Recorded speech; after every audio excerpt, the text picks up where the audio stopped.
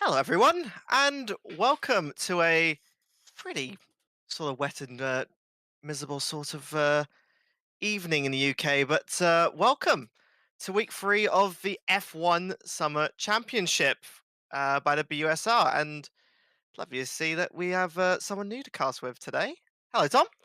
Hello, very happy to be back. I haven't commentated on a race around. Oh, I'm gonna reveal where we are quickly around Canada Circuit Gilles Villeneuve. So very excited to see what comes. Got a sprint race in the offing as well, so it could be good. Yeah, I mean, it's first time commentating on F1, and F1 has really definitely been interesting with a lot of very close racing the last 2 weeks. We've seen um, definitely what a lot of shakeups can happen when it comes to spin outs and things that we saw last week at the LaSalle circuit. Here it's Canada. Montreal is I'd say, a very different track, very legendary for, I can say, some of the drama that has happened in the past, and we'll probably explore some of that as we go through our quali into our sprint race and feature race that we'll be having today. Two sets of racing. We've got a lot to talk about. So We do. A lot of laps to cover.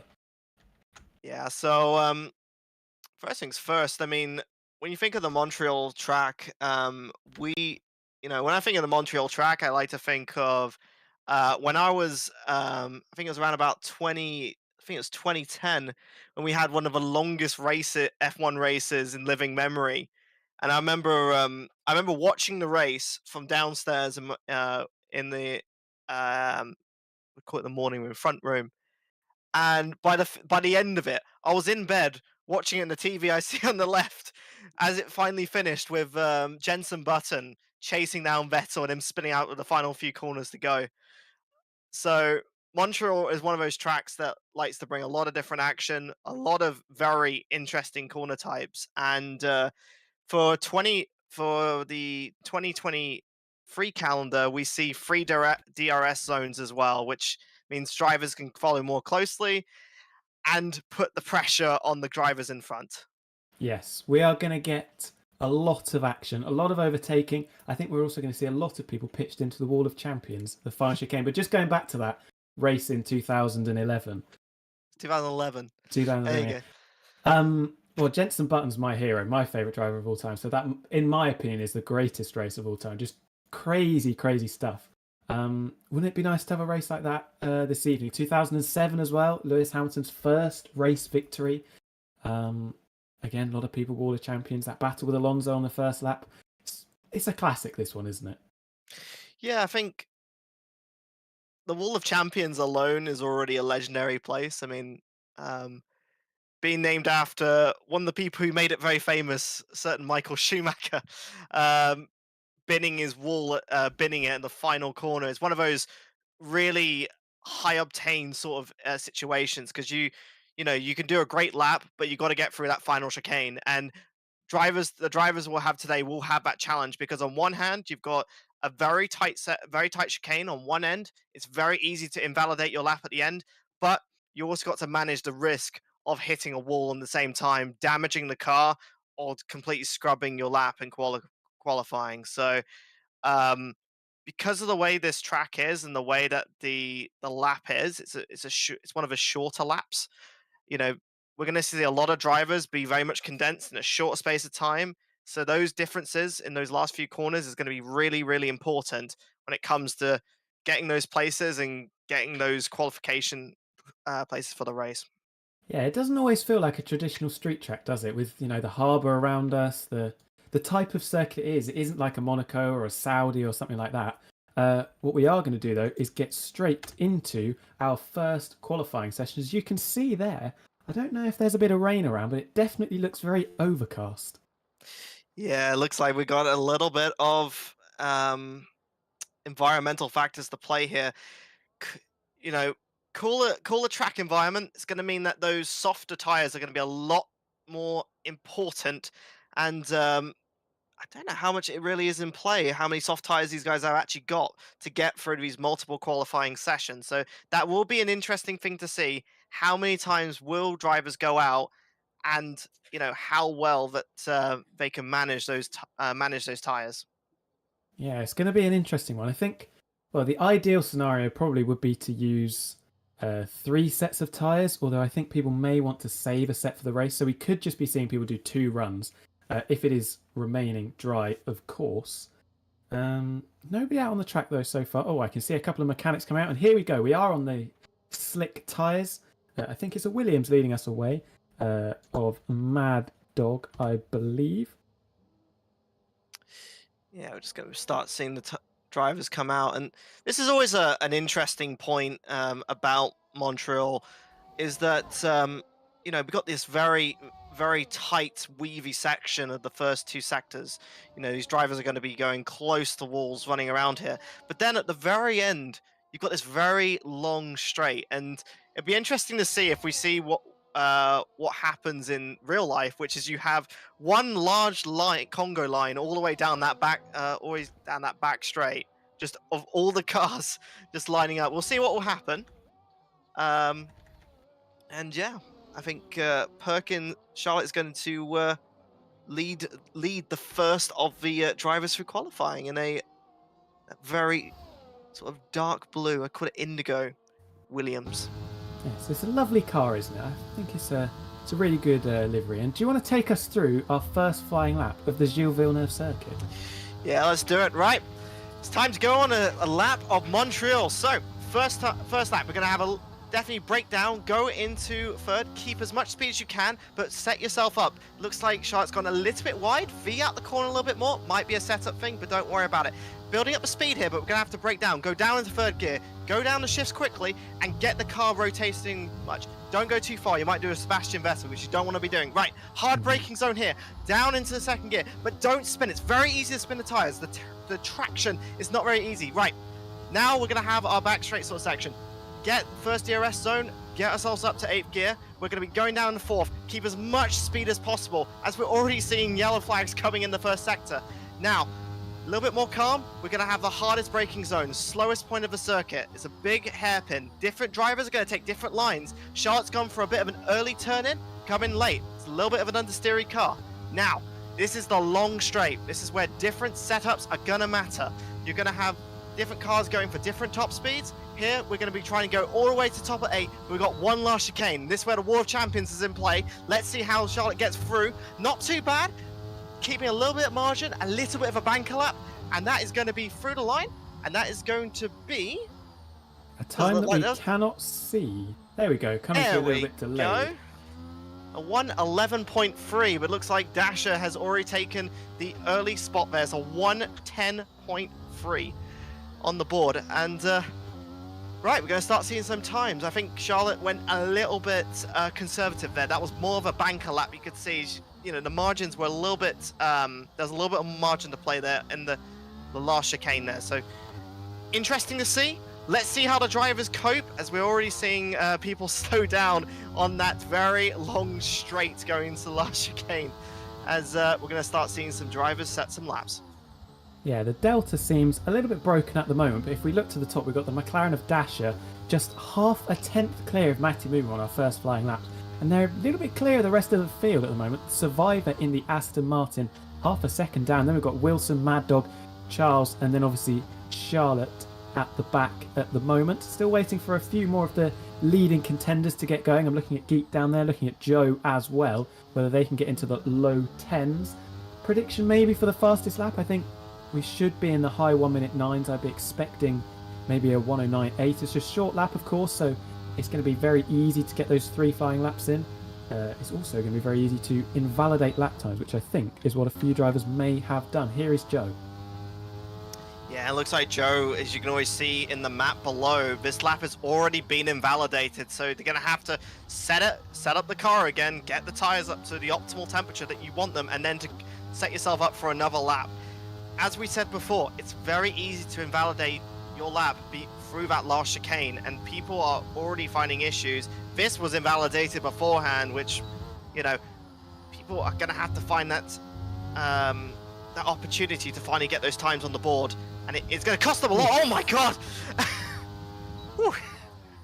I think these guys that have validated laps are going to have a few more issues because you can see on the halo there is rain coming from the sky, and you saw Geek earlier in the Red Bull. He should be at the top. He's down his 7th at the moment. Charlotte, I think, has improved on her second flying lap, or maybe it's just cars going in behind. But Joe, this is going to be crucial because he's not going to get the best of the track conditions. Those tyres are going to be struggling, and there is a grid penalty for that collision with the Aston Martin we saw.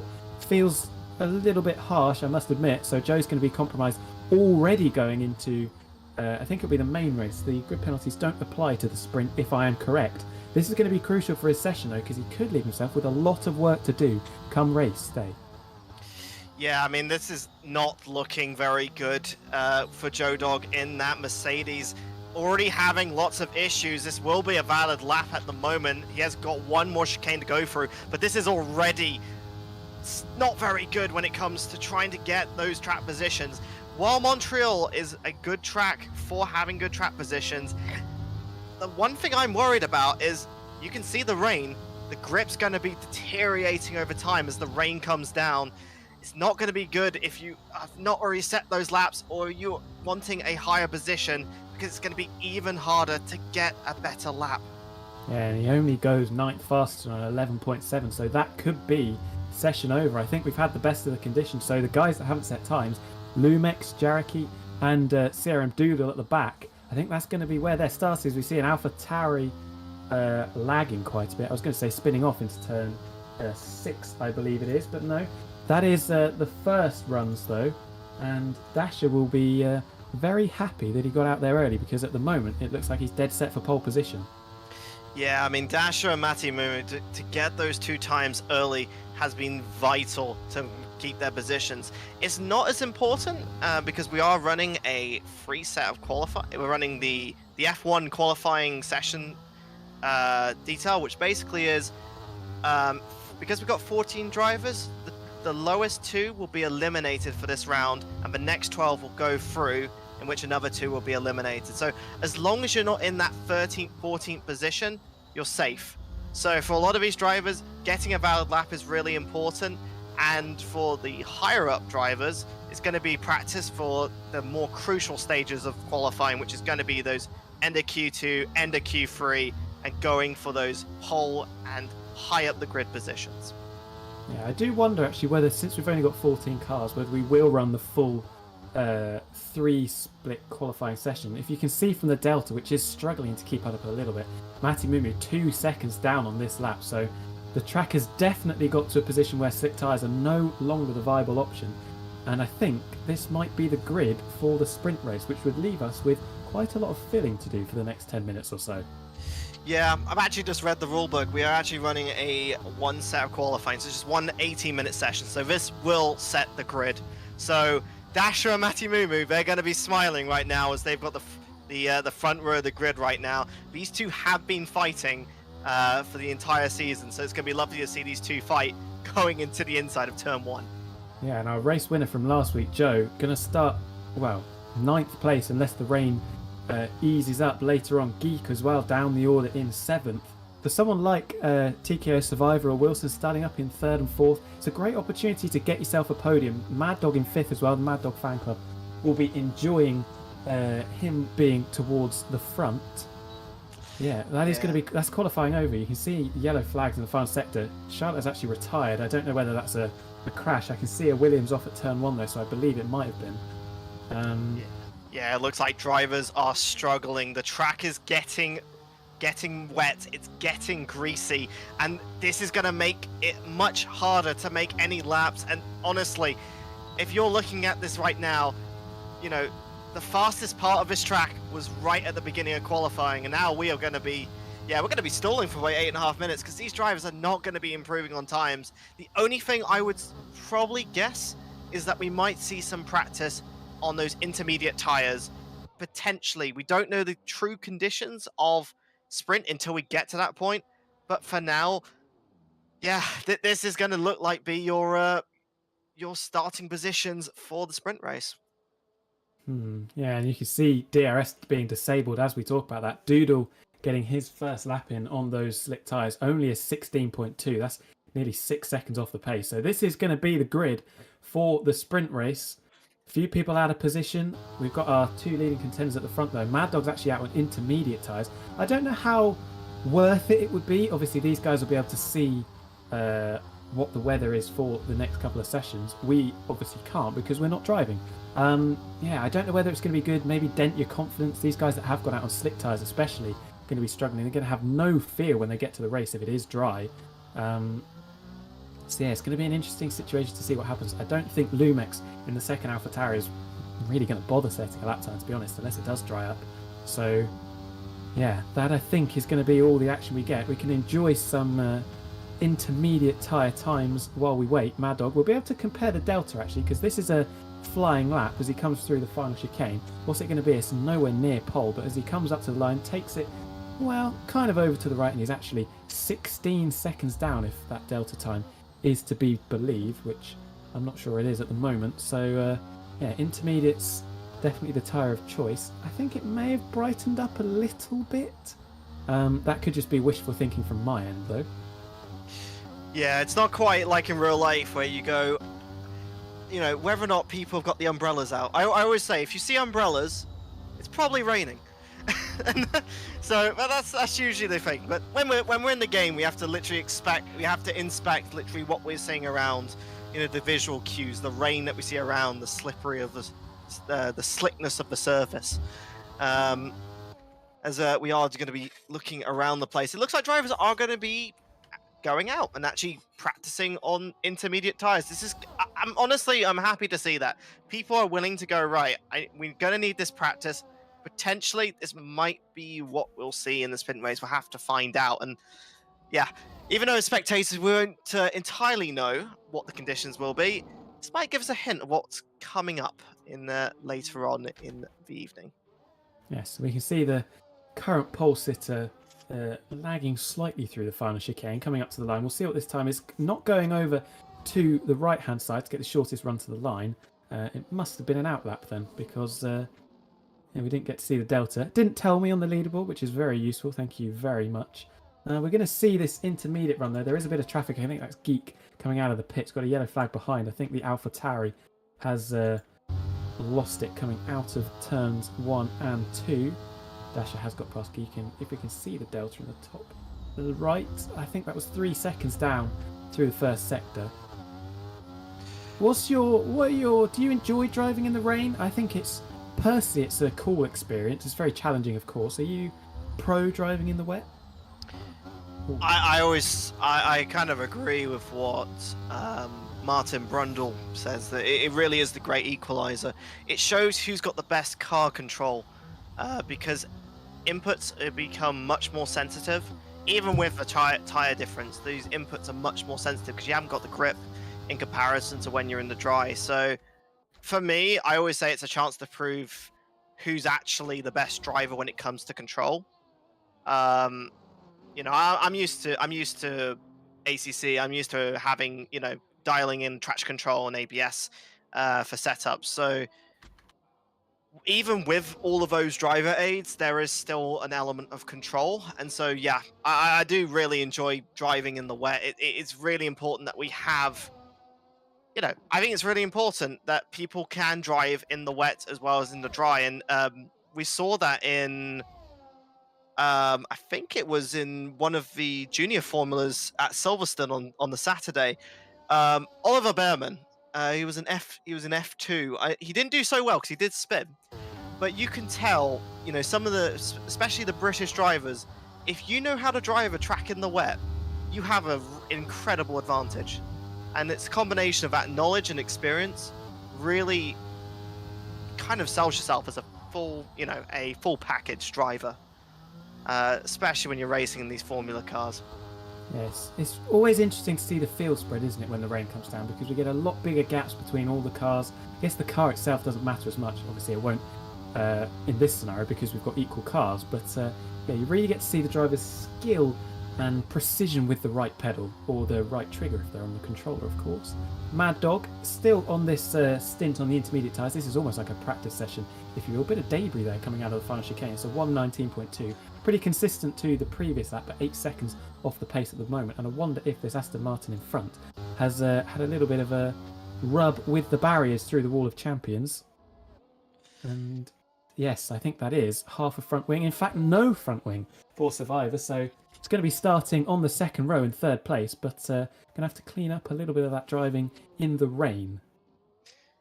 Yeah, it's not the most optimal thing to break your wing, but luckily we don't have to pay for it. We're in a simulator, Free of so charge. yeah, yeah. Let's thank goodness we don't have to pay for anything.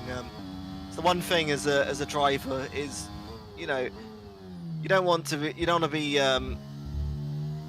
want to be having crashes, especially during races, because you have to fix them. But like I said, we're in a simulator, we're in a qualifying, and these people are driving around right now to get some practice. And actually, you know, 12 out of the 14 drivers, no, sorry, 13 out of the 14 drivers are actually practicing it, which is good to see. Yeah, you can never get too much practice.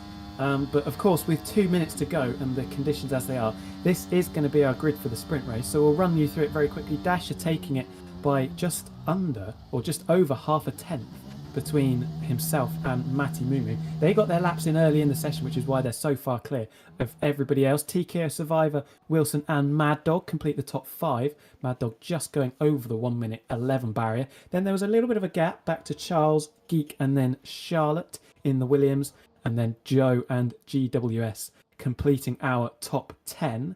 Further down, Derg, Jaraki, CRM Doodle and Lumex not getting the best of the conditions, not being able to set an optimum lap time, so they will be starting outside of the top 10 as we see a Red Bull going very wide into the hairpin. I think they're just playing around a little bit, having some fun come the end of the session as we get ready for the first of our 2 races. Predictions, we've got a minute to go. What are your predictions for the sprint? Are we going to see Dasher and Matty Mumu do a Max Verstappen?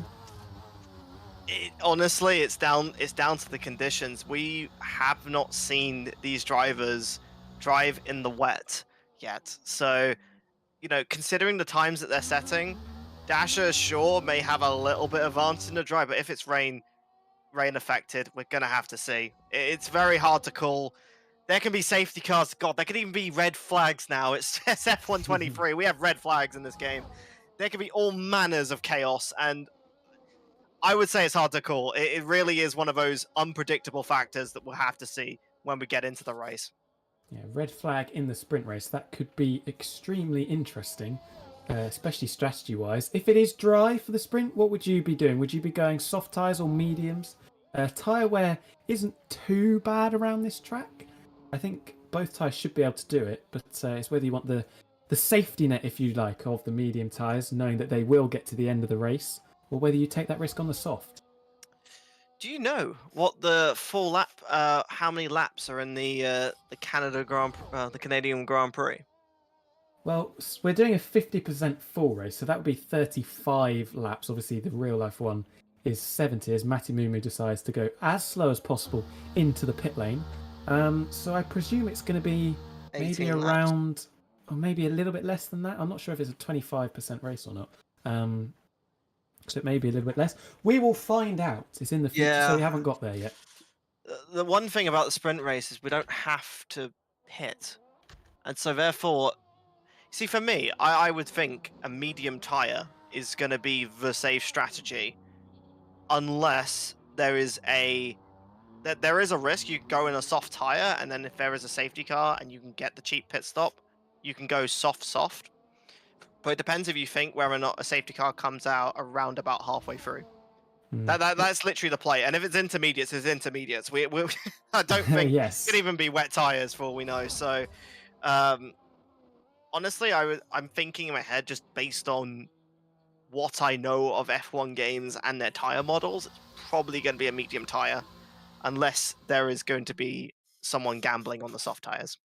Yeah, and that's the great thing about this racetrack as well in this location. We always get unpredictable weather conditions here in Montreal. It's a great track, but that is your qualifying session, of course. Wasn't quite as action-packed as we would like, but it is Dasher and Matty Mumu that make up the front row. And we will now wait for the sprint race to kick off. Yeah. Feel bad for the AlphaTauris. They're still at the back of the grid, whether or not it's in the Yes. game or in real life. Though they did very well today, out in at Budapest. Um, Daniel Ricciardo showing that he still can drive a car, which is lovely to see because when he was driving the McLaren, he was definitely having a lot of issues. Yes, we had a few doubts over whether Daniel Ricciardo was gone forever, whether he was ever going to lick the stamp and send it again. But P13 is not a groundbreaking result, of course, but he did outqualify Sonoda and get himself into Q3. Predictions for that race while we wait for this session to get up? I mean, Lewis Hamilton on pole was, well, if it was 2021, we wouldn't be surprised, but it was a little bit of a turn up for the books, it must be said. If you bet for anything other than Max, you're probably losing money. Yes. That's what's happening at the moment.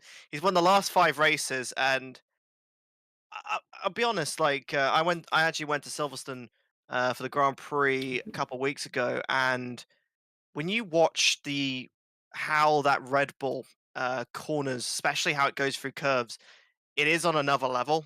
It is how Max drives as well. You know, having that sort of thing replicated for other cars is very difficult, and it is a very fast and straight line. But oh god, it's I just felt like we really. needed to switch back over because the weather has got worse. I didn't know if it was possible, but this is Canada at the end of the day, and this is definitely going to be full wet conditions, and this Oh is going to god. be a bit of a lottery for everyone. We haven't practiced these. Obviously, they had a little bit of practice on the intermediate tyres, but this is going to be a whole nother story. Yeah, someone transferred the weather from outside my house into the game. This is ridiculous. Like we've had, like honestly, I had even had a walk through this like for an hour. And it's like, oh, why the hell the British weather be bad? But it looks like Canada's giving us a run for our money. Yeah, we've got a copy and paste from the weather in the UK that is disrupting all of the sporting events that have been going on today. It's been a great day for sport. Maybe not if you're a cricket fan, with Australia going well.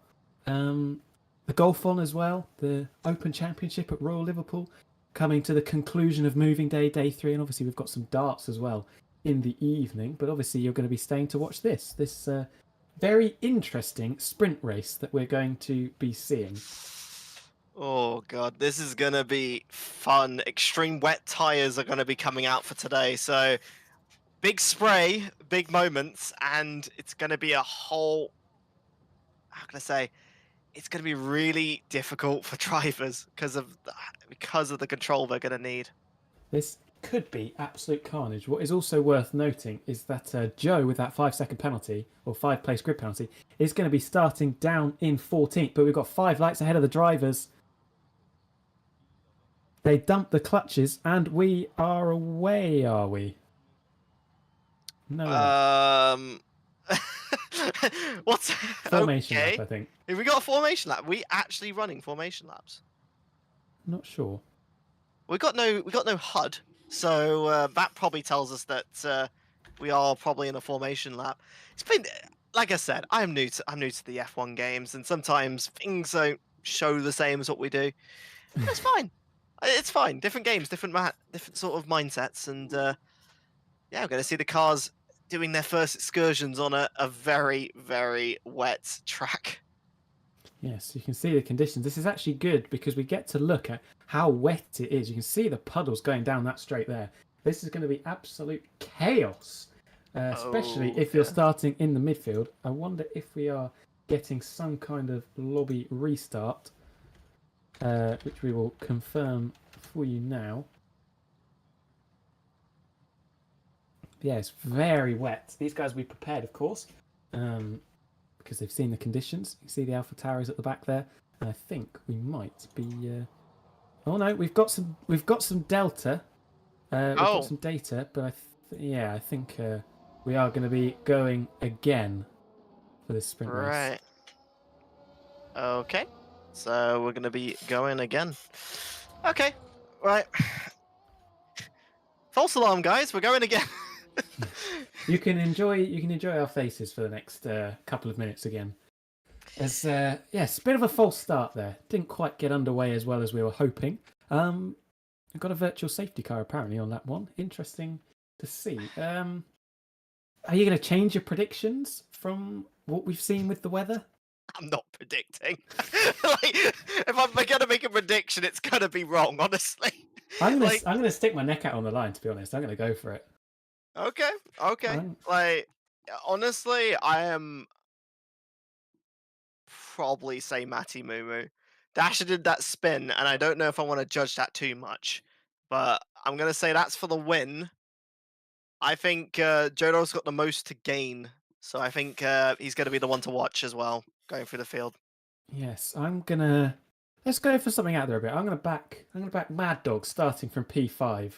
Um, do a bit of an Alex Albon from the real life race, just a few positions further up. So yeah, just a couple of minutes while we get the lobby reset and restarted. Because it's a sprint, I wonder if we have to restart the lobby completely. So while we wait for that, Game moments, yeah, yes, game moments indeed. how much of the 23 game have you played? None at all. Ah, That's how okay. I haven't actually played an F1 game since 21.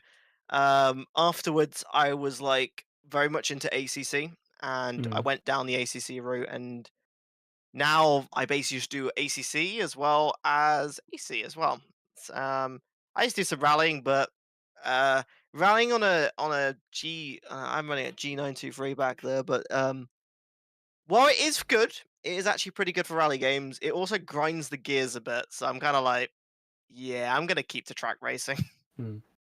Well, while we do have this little interlude, I think now would be a perfect time to talk about one of our partners, Special Effects, and we're going to run a short little video now, just showing. As I get it ready, just showing what they're all about.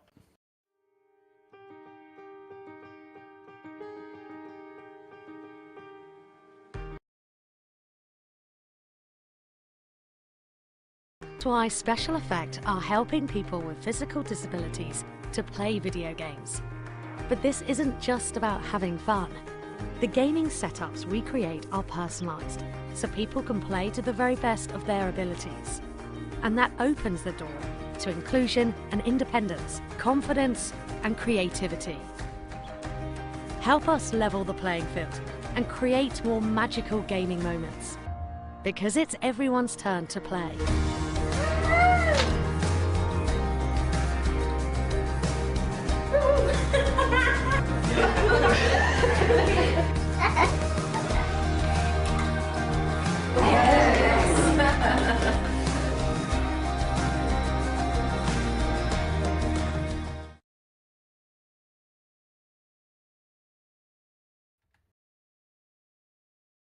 A wonderful cause, I think you would agree. Getting back to the action though, Canada sprint. I can see that we have got a 12-lap sprint, so that answers the questions we were thinking about earlier about how long it was going to be. However, I think the rain may scupper the conversation we were having earlier about whether it would be soft or medium tyres. I think if you do go on the slick tyres, if we have a repeat of the conditions, it's not going to be looking good for you.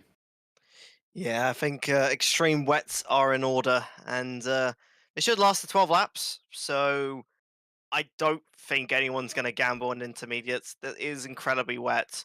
The only thing to really worry about if it does dry up a little bit is controlling the temperature, as those tires are used to running at a lower operating temperature because of the rain, and therefore you might see a few drivers diving offline to cool their tires, find the puddles, and cool the tire down. But like I said, we'll see what the environment plays. But it looks extreme wet.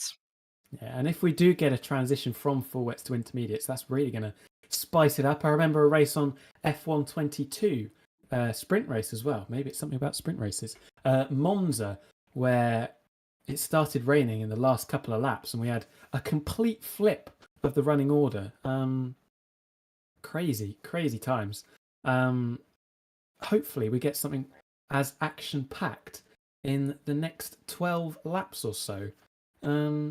Yeah, I predicted Mad Dog to win. Go on, you gotta make a prediction. Nobody's gonna look a fool Yeah, here, you I, know. I'm going to say probably Matty Mumu, just in terms of if this is going to be a game of traction and control. So without the actual traction control itself. But yeah, it's going to be a game of who's got the best traction. I think Matthew Moon has showed good car control.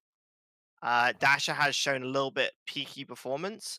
Again, I don't know if I'm just judging the last round at Lusail too much. We'll have to find out whether I'm completely wrong. But this is what the rain does. It completely throws a variable of unpredictability and absolute chaos, considering we're in the virtual world. Chaos is more likely to happen. Again, people have to pay for parts, and people don't have to, people can send it a lot more without having as much feeling of risk. So, yeah, it's going to be chaos, honestly. That's what my prediction really would be. If there's anything I had to be serious on, chaos. Yeah, it's not. You don't usually end up in the hospital afterwards as well if you have an aeroplane crash. So a lot safer than real life conditions, it must be said. Let's have a talk about some real life F1 again, though. We spoke obviously about Lewis Hamilton earlier, getting pole position. Betting on Max Verstappen for a win would be a smart play as well. What are your thoughts on the two McLarens, though, continuing that performance from Austria and then on to Silverstone, third and fourth? That car is really good on traction. Like, it is really, really good on traction. Like, you compare the Mercedes, which doesn't actually look that good on traction. It's really weird how the different cars manage. For some reason, those McLarens they have become somewhat solid, even though Norris has said they're still rubbish. So I don't know what to believe. I don't know if it's just Norris being funny with the media, or I don't know. I need to actually have a look at the data itself. I mean, uh, you can access the data on the lap times. I just let someone else do it. There's F1 statistics on Twitter. You can just go on there and have a look. Yeah, I don't know why those McLarens can fire up tires well, and they got good traction. And if you think about it, Hungary is firing up tires and traction. So that's why they did well. Yeah, Lando does always seem to play things down in the media. It's a little bit negative from time to time, but Oscar Piastri doing a very good job as well. Ferrari, less ideal, beaten by the second Alfa Romeo of Guan Yu Zhou and Carlos Sainz out in Q2. Is it falling apart a little bit at Maranello? That car does not. That car, when it transferred over from the SF75 last year, which was probably one of the most important cars of all of the ones last year, really good traction car, just burnt through the tires. I think they've gone to, we want to be a less impactful on our tires and have a bit more straight line speed, but it's just lost everything that they gained from that year. And I don't honestly, they're going to get lost in the midfield if they're not careful. If they, in terms of developing the car, Red Bull have done very smart ways of developing the car by developing cooling systems and other methods, and in doing so, does not actually affect the CFD time, which I am just like, oh god. Someone is very smart, or the FIA do not understand their rule set too well. It's incredible. I'd put a little bit of money on the latter, to be honest. Yeah, that Red Bull. It's not all Adrian Newey as well. That's the thing we have to consider too. He is obviously a genius, but he's got a very talented team around him as well. I think we're only a couple of moments away from the start, so I'll ask you very quickly about Sergio Perez. Made it back into Q3, didn't get much further though, did he? Oh god, Perez is having something's on with him. Like, something is not right with him with that car. And I don't know if it's a personal thing or the way the car's been developed. I mean, we have seen upgrades this time round, which honestly, getting that crash early was a bit surprising in FP1. I feel that right now we are at that point where Sergio, God, I'll leave this question for you and the viewers. Do you think if Sergio Perez has a rough, I think it's 2 races until the summer? Yes, So this one and then Spa, yeah. does he keep his seat? I think he does because of security, because Max is doing so well that they could win the constructors without Perez, it feels like. But does he even keep his seat past the summer? I think it's very difficult to imagine Sergio Perez not being a Red Bull driver in 2024. I don't think, and Daniel Ricciardo, he may be back to 2018, 2017 Daniel Ricciardo, But I don't think you can judge that off half a season in an AlphaTauri compared to Yuki Tsunoda, who has also had a very good year, but I don't know whether he's quite ready for the step up yet. And then you've obviously got the likes of Liam Lawson. Alex Albon turned down a return to the big team as well. So there is a driver shortage there. I think Checo, as difficult as it has been recently, is a safe enough pair of hands at the moment. And, you know, Verstappen, with just Max Verstappen's points, they'd be winning the Constructors' Championship anyway, like you said. So there's no real pressure on them to make a move at the moment. Yeah, Max is too good. He is so good. I mean, that car was made for him. It's so fast. It's got great turning. I wish I had some videos of when I was there because you'd see all these drivers just edge on the so I was looking at turn one and a lot of his cars were edging to the curb but not quite going on it. He was going right through it. He could go right through the curb and it would not be disturbed. It was incredible to watch. Like that car's aero and specific its mechanical stability was incredible. And having those factors in that car, combine that with a driver who's incredibly informed to the point he feels bored, like he's literally playing with settings to try and make the car faster because he's so far ahead. That is incredible level of, like I say, performance. Yes, I think it is a lot down to that suspension configuration they've got that McLaren had last year as well and the start of this year, but they didn't manage to exploit that as well as Red Bull did. I think that makes a huge difference, especially at high speed. That McLaren is incredible at high speed. Even Lando Norris, who is typically negative about McLaren's performances, especially when he's been qualifying 14th for the first half of the year. He said the car was on rails through the high speed of Maggots, Beckett's and Chapel, and that is an incredible section. If you're fast through there, that's going to be so enjoyable to drive. If you ever get the chance to see Formula One cars go through that section, it's really worth it. Like, there is if you sit, there is by Chapel, and you see these cars lean in. It is incredible how much speed these things can carry.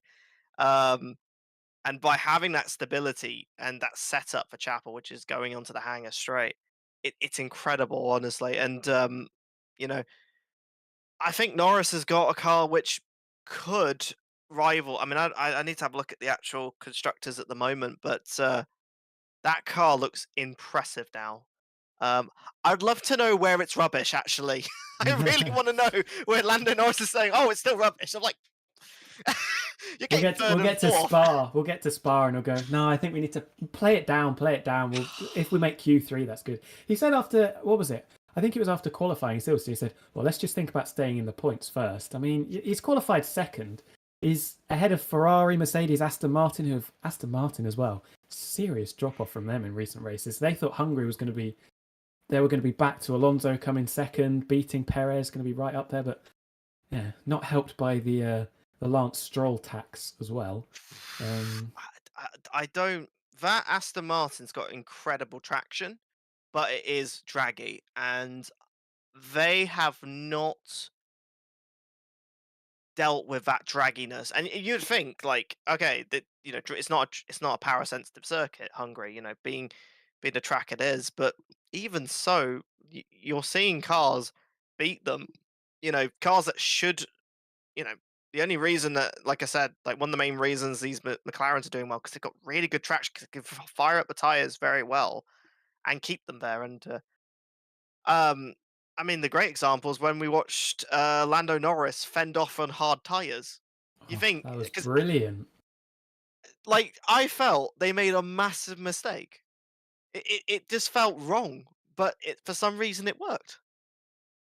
Yeah, the soft tyres, I don't think they fell off too much. I mean, to be honest, towards the end, Piastri, I think if he had one more lap, he probably would have got that podium from Hamilton. So it almost looked like they shot themselves in the foot, but then it turned out that they played it perfectly because the likelihood of Lando getting past Verstappen on the restart was pretty slim. The likelihood of him getting overtaken by Hamilton was extremely high, but they took that risk and it paid off. So maybe shows that McLaren are starting to think like a big team again. Obviously, Russia 2021, which as a McLaren fan myself, we don't like to talk about. But just the panic there that they went through, and then ever since then they've just 2021 fell off a cliff. 2022 was terrible. Frankly, Daniel Ricciardo was just nowhere near. So yeah, it's just so difficult for them to get that car into a good window. But I think we are now getting ready to race. We have 5 lights on for the second time this evening, and it is lights out, and it is away we go. And I think the Aston Martin third's got a good start, as has Matty Mumu. And Matty Mumu's going to take the lead around the outside into turn 1. Is he going to hold it? Yes. Dasher doesn't send it up the inside. Wilson gets a drive-through penalty for a jump start. Not ideal way to go. Matty Mumu's got a penalty as well. Maybe he jumped the start. That's why it was so good for him. Off the line. Further back, Wilson and Mad Dog holding on to their positions at the moment. Geek not making the progress we would have imagined. Towards the back, I think there's been some contact for the McLaren of Derg, dropping a long way back, but Matty Mumu streaking clear at the front. And if he did jump the start, as TKO Survivor sets a brilliant fastest lap of 12 seconds, .143.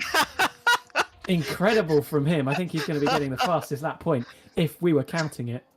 Oh no. I mean, that's incredibly crucial. If Matty Mumu's jumped the start, that's cost him his race already, because we've only got 12 laps in this race. Yeah, it's a drive-through penalty as well, I believe, for jumping the start. So not an ideal getaway for him. Dash has dropped nearly a second and a half, so Matty Mumu definitely feeling more comfortable in these conditions, as we now jump on board with the AlphaTauris, who are circling like 2 sharks behind the Aston Martin of TKO Survivor, who was starting from 3rd, but has dropped all the way down to 11th and make that 12th as Lumex goes up the inside into the final chicane. Does he make it stick? The Aston tries to stick it around the outside. You've got to leave him space there on the inside. That's not great racing, I must be honest. Dasher with the fastest lap of the race, which probably confirms that it was a penalty for Matty Mumu. We've got Joe, who has DNF there. I'm not entirely sure what's gone on there. We've got a yellow flag in the first sector, though. We've got a Ferrari. Is that going slowly? Yes, it is. Joe has left the session. Are we restarting again? I don't know. It's all a bit confusing at the moment. We're going to jump forward, though, with Charles in the Ferrari all over the back of Mad Dog, who is all over the back of Dasher. 2 seconds now, the gap in front. It's been a flying start from him.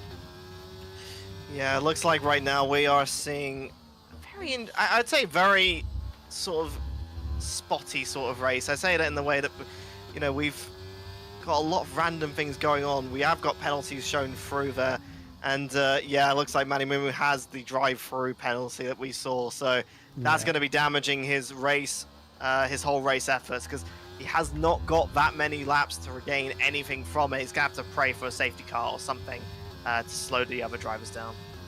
It's not ideal. It didn't look like he got an amazing getaway. Then he just pulled past Dasher, and we obviously know why. He was a little bit naughty getting going too soon, as Dasher picks up a 3-second penalty.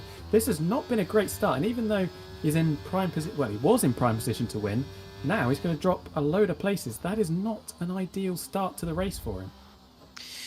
Yeah, and looking at it right now, you know, because the traction is going to be a lot more down, people are more likely to go wide. We will see those track cut penalties coming into play. It's going to be down to the drivers. I mean, as I say, Geek gets a 3-second penalty. Yeah, this is going to be a game of, can you keep it clean?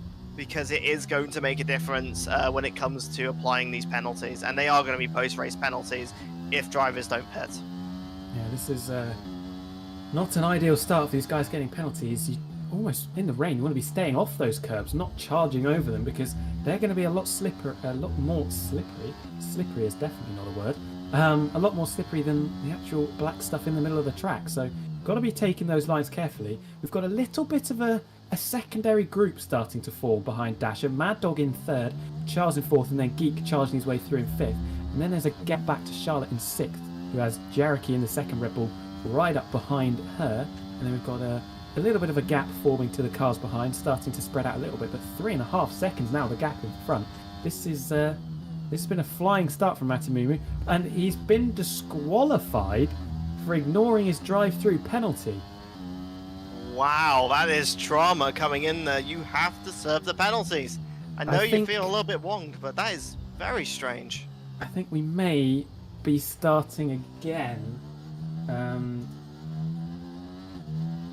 yeah, Matty Mui disqualified.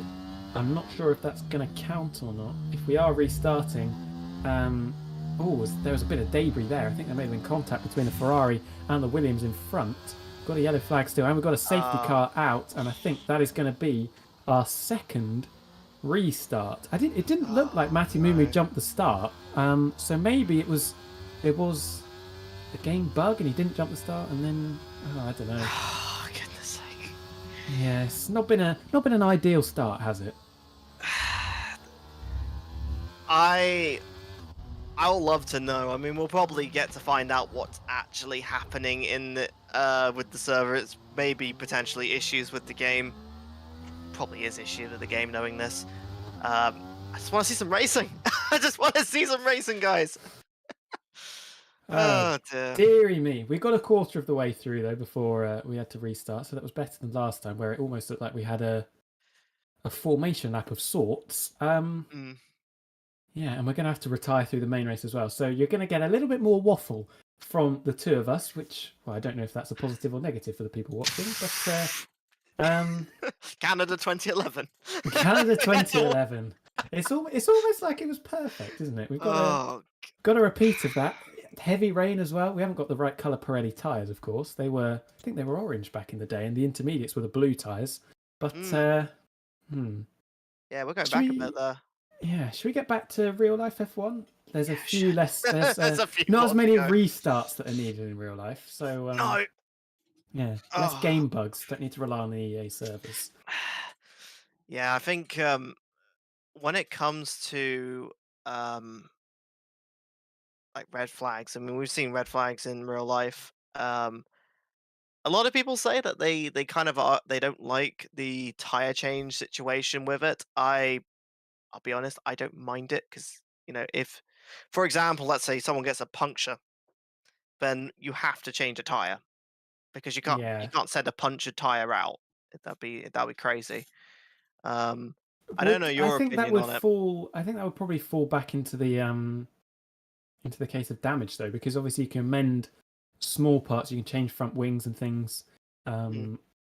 So it is a bit of a grey area. I personally don't like it because it's you just sort of luck into it. I remember, what race was it? It was I think it was Monza 2020 where Pierre Gasly got his first win, held off Carlos Sainz. I think you had Lance Stroll, who was, and this isn't me hating on Lance Stroll again, by the way, but he was nowhere in the race, and then managed to change his tyres under the red flag, and got himself a podium for it when Lando Norris behind was a little bit miffed at what happened there. But he does like his podiums, doesn't he, for red flags?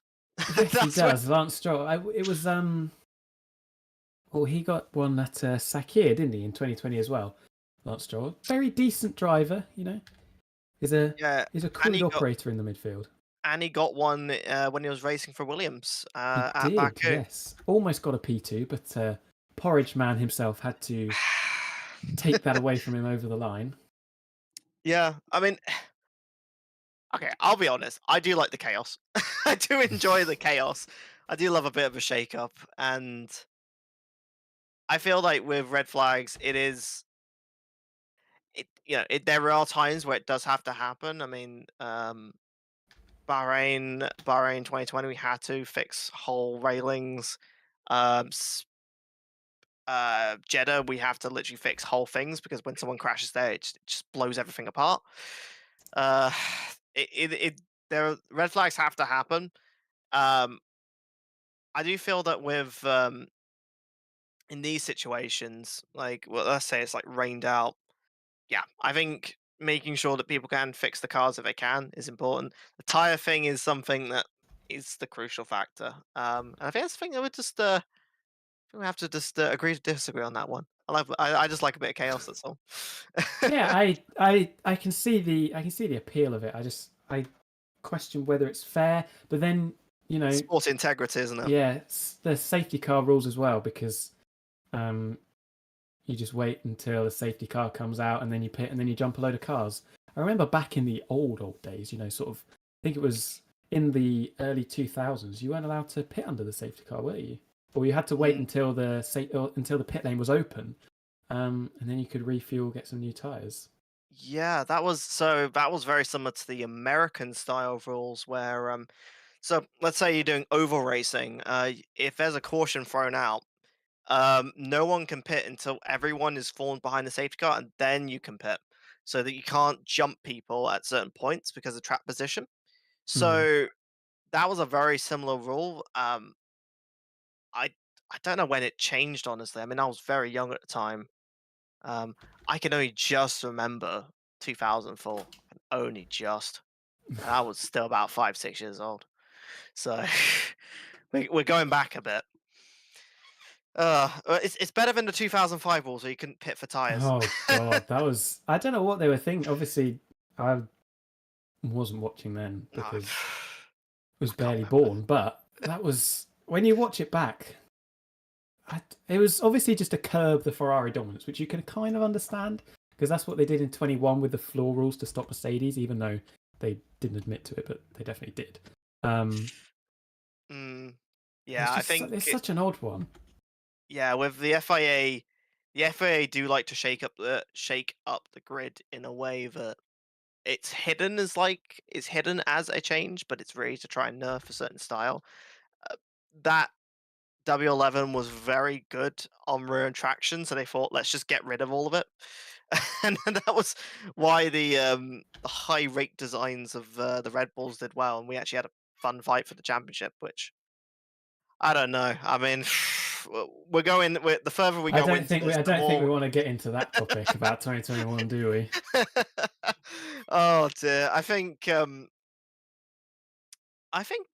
okay, it is a fun one to think about.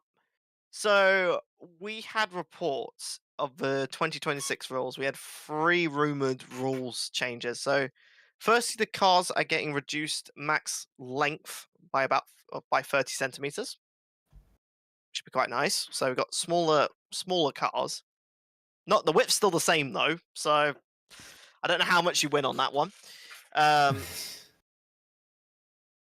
what else was it? I will have to find the actual post. I think I saw somewhere, and I could have just been reading rubbish on Twitter, which to be honest is quite likely. But is it going from 8 gears to 6 gears? Six. Yeah, we're I going back in really time. dislike that. That's horrible. Less efficient cars because the reason why we have gears is to efficiently go from to keep the power to keep the cars on power for extended periods over. Think of it like this: the more gears you have, the more you can keep the acceleration over a wider range of speeds, and that's why you have 8 gears in an F1 car. Going to six means that you will have very peaky cars, especially as you're going to potentially have turbo lag as well. That's going to make the cars less controllable, and I don't know how much I like about that. I think they just want to make the cars harder, which I don't know if we really. I don't think that's the problem. I also think it takes a little bit away from almost driving skill. It makes everything a little bit more linear, to be honest, because it's always cool to see different drivers taking different gears into different corners. Some people might do it in third because they need to get the nose in a bit more. Some people do it in fourth because they can carry the speed a little bit more. If you take away 2 gears, Mm, everyone's going to be, most corners are going to be sort of third or fourth gear, which is probably going to be the equivalent of second. fifth, fifth But of what yeah. we've got Oh, the now. fifth So gear sort of corners. yeah, Yeah, yeah. No, I get that. Yeah, like that.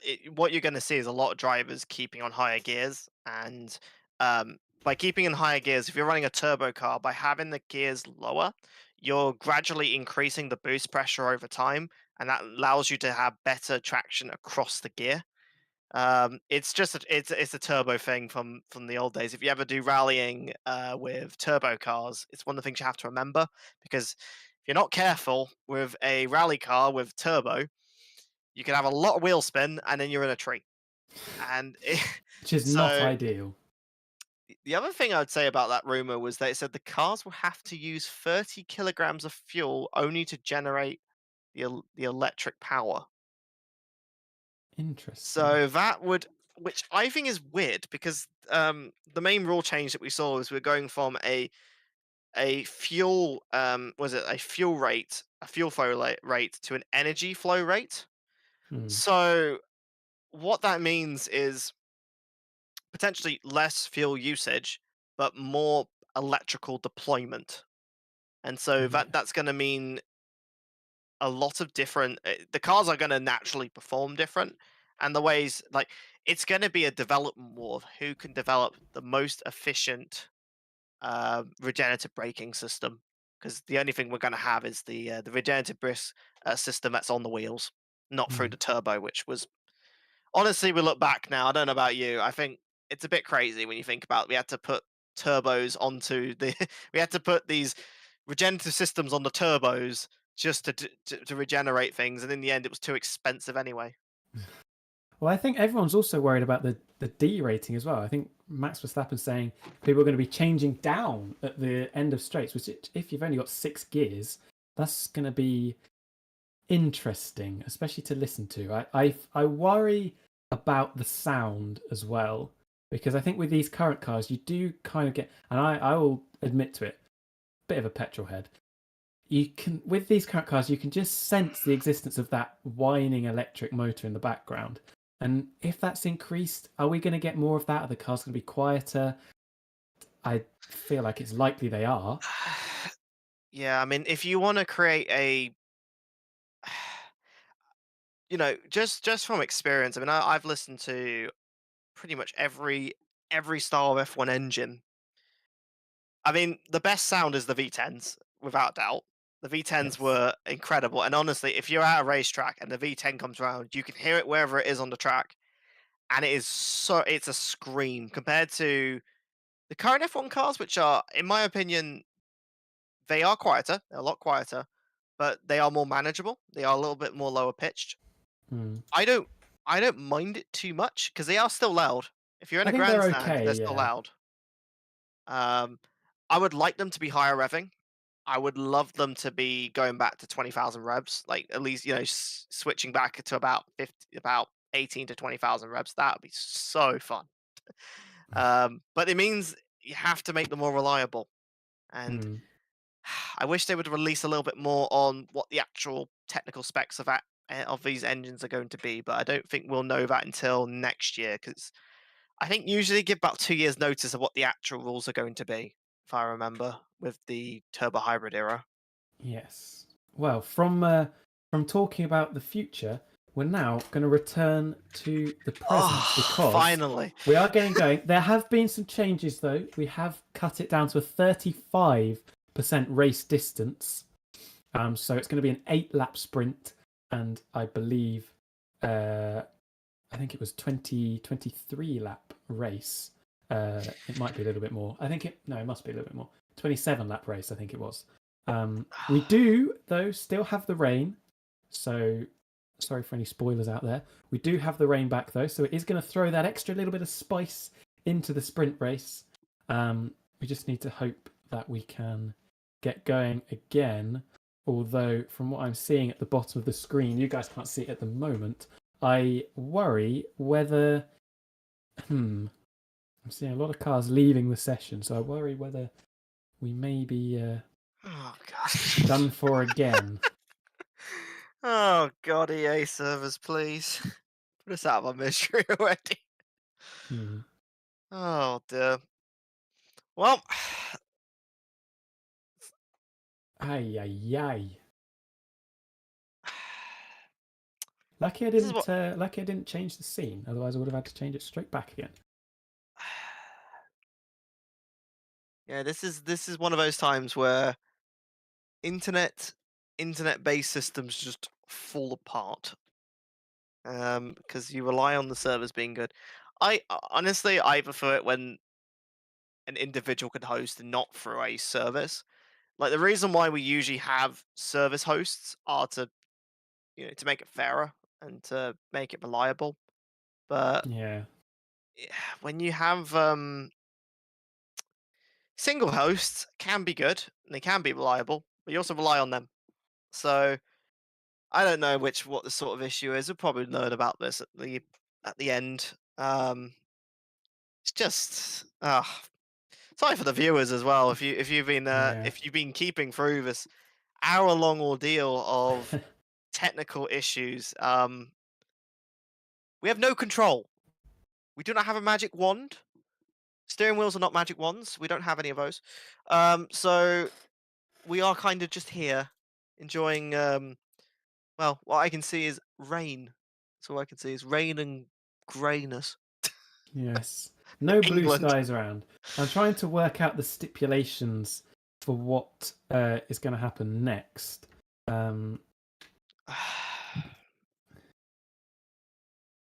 We've got an EA Sports Ready game. So, yeah. At least the game's nicer to drive than 22. You said you didn't have that game, obviously, but that game was a big pain in the rear, especially on traction, as was documented quite heavily by other people. I I'd heard like to how think, bad it was. yes. I I'd like heard to think that we'll be people going would stay in smoothly. third, fourth gear, and I was like, that is not real. You'd stall a car doing that. I was getting wheel spin, and obviously it is with traction control off and everything, but Yeah. fifth gear I would still get wheel spin.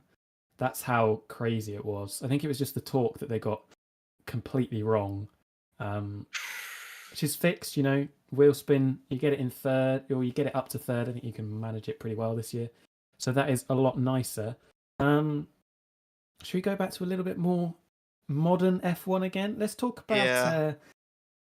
who's left to talk about. Alpine. Obviously, they fly under the radar a little bit. Their CEO Lauren Rossi was well, probably given the boot, let's be honest. They were looking good yesterday, but both cars out in Q2, and they weren't particularly close to Q3 either. Yeah, Alpine have been sort of in the middle of nowhere. That they position right in the midfield, but they never have enough to get out the midfield. They were a lot better at the start of the year. I don't know why I think they've just development wise they've just dropped off going into this midpoint of the season. They have good drivers. I think they've got Yeah, okay strategy. I just don't know what they're doing. I really I don't think know. I think the car is pretty decent. They obviously can't quite get the development direction find the right development direction, which is a shame because it's nice to have as many cars up there as possible. And if you saw the leap that Aston Martin made over the winter and then what McLaren have done mid-season, there's no reason why Alpine, as if you go by history, even when they were Renault, they struggled to make that step up. But there's now proof that you can do it, which is a shame for them. The French team in the blue outfit. We are having another go though. As we load into the session again, let's keep our fingers crossed and touch wood. Yeah. We are able to get going. Let's switch over to the scene. Let's try and install a bit of positivity to see if we can get it going. Hopefully this doesn't jinx it and it breaks again, but we are going to get ready to go. You can see the rain pouring down. First time's a charm, let's hope. I don't know what attempt this is. Maybe 4 or 5, I think. Which is frustrating. I think for any of the viewers who are still watching this, is Montreal in the French region of Canada? I'm not sure. I think we have got some pressing matters to go over though before, because for the third time it is lights out and away we go. Matty Mumu doesn't jump the start this time as we get underway, going down into turn 1. Side by side almost. Can Matty Mumu send it around the outside? No, he can't. The Aston Martin, though, is now facing the wrong way coming out of turn 1. And TKO Survivor, who had a disaster in the first attempt we did, is now back at the back again. Matty Mumu all over the back of Dasher as they come out of turns 2 and 3. Got on the grass a little bit, got a little bit unstable coming through there. Oh, Dasher gets the rear out as well. But we are, as we were, and Joe, who had his penalty removed, started from 9th, now up into 5th. Excellent start for him. Yeah, I mean, that's a really good start for Dash there. Keeping that first position, making sure that we got a safety car ready. Well, that's going to be a bit of an anticlimax. Look like somebody in the yellow spot. That's the safety car itself. Yeah, someone's had a bit of an issue. And, right, we're not even into the second sector. And we were just in the second sector. And we already had the safety car.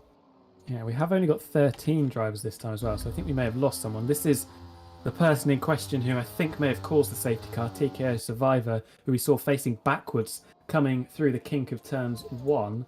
Not an ideal start to the race. He's not had a lot of luck so far, has he? So That far, car looks running pretty order. clean, doesn't it?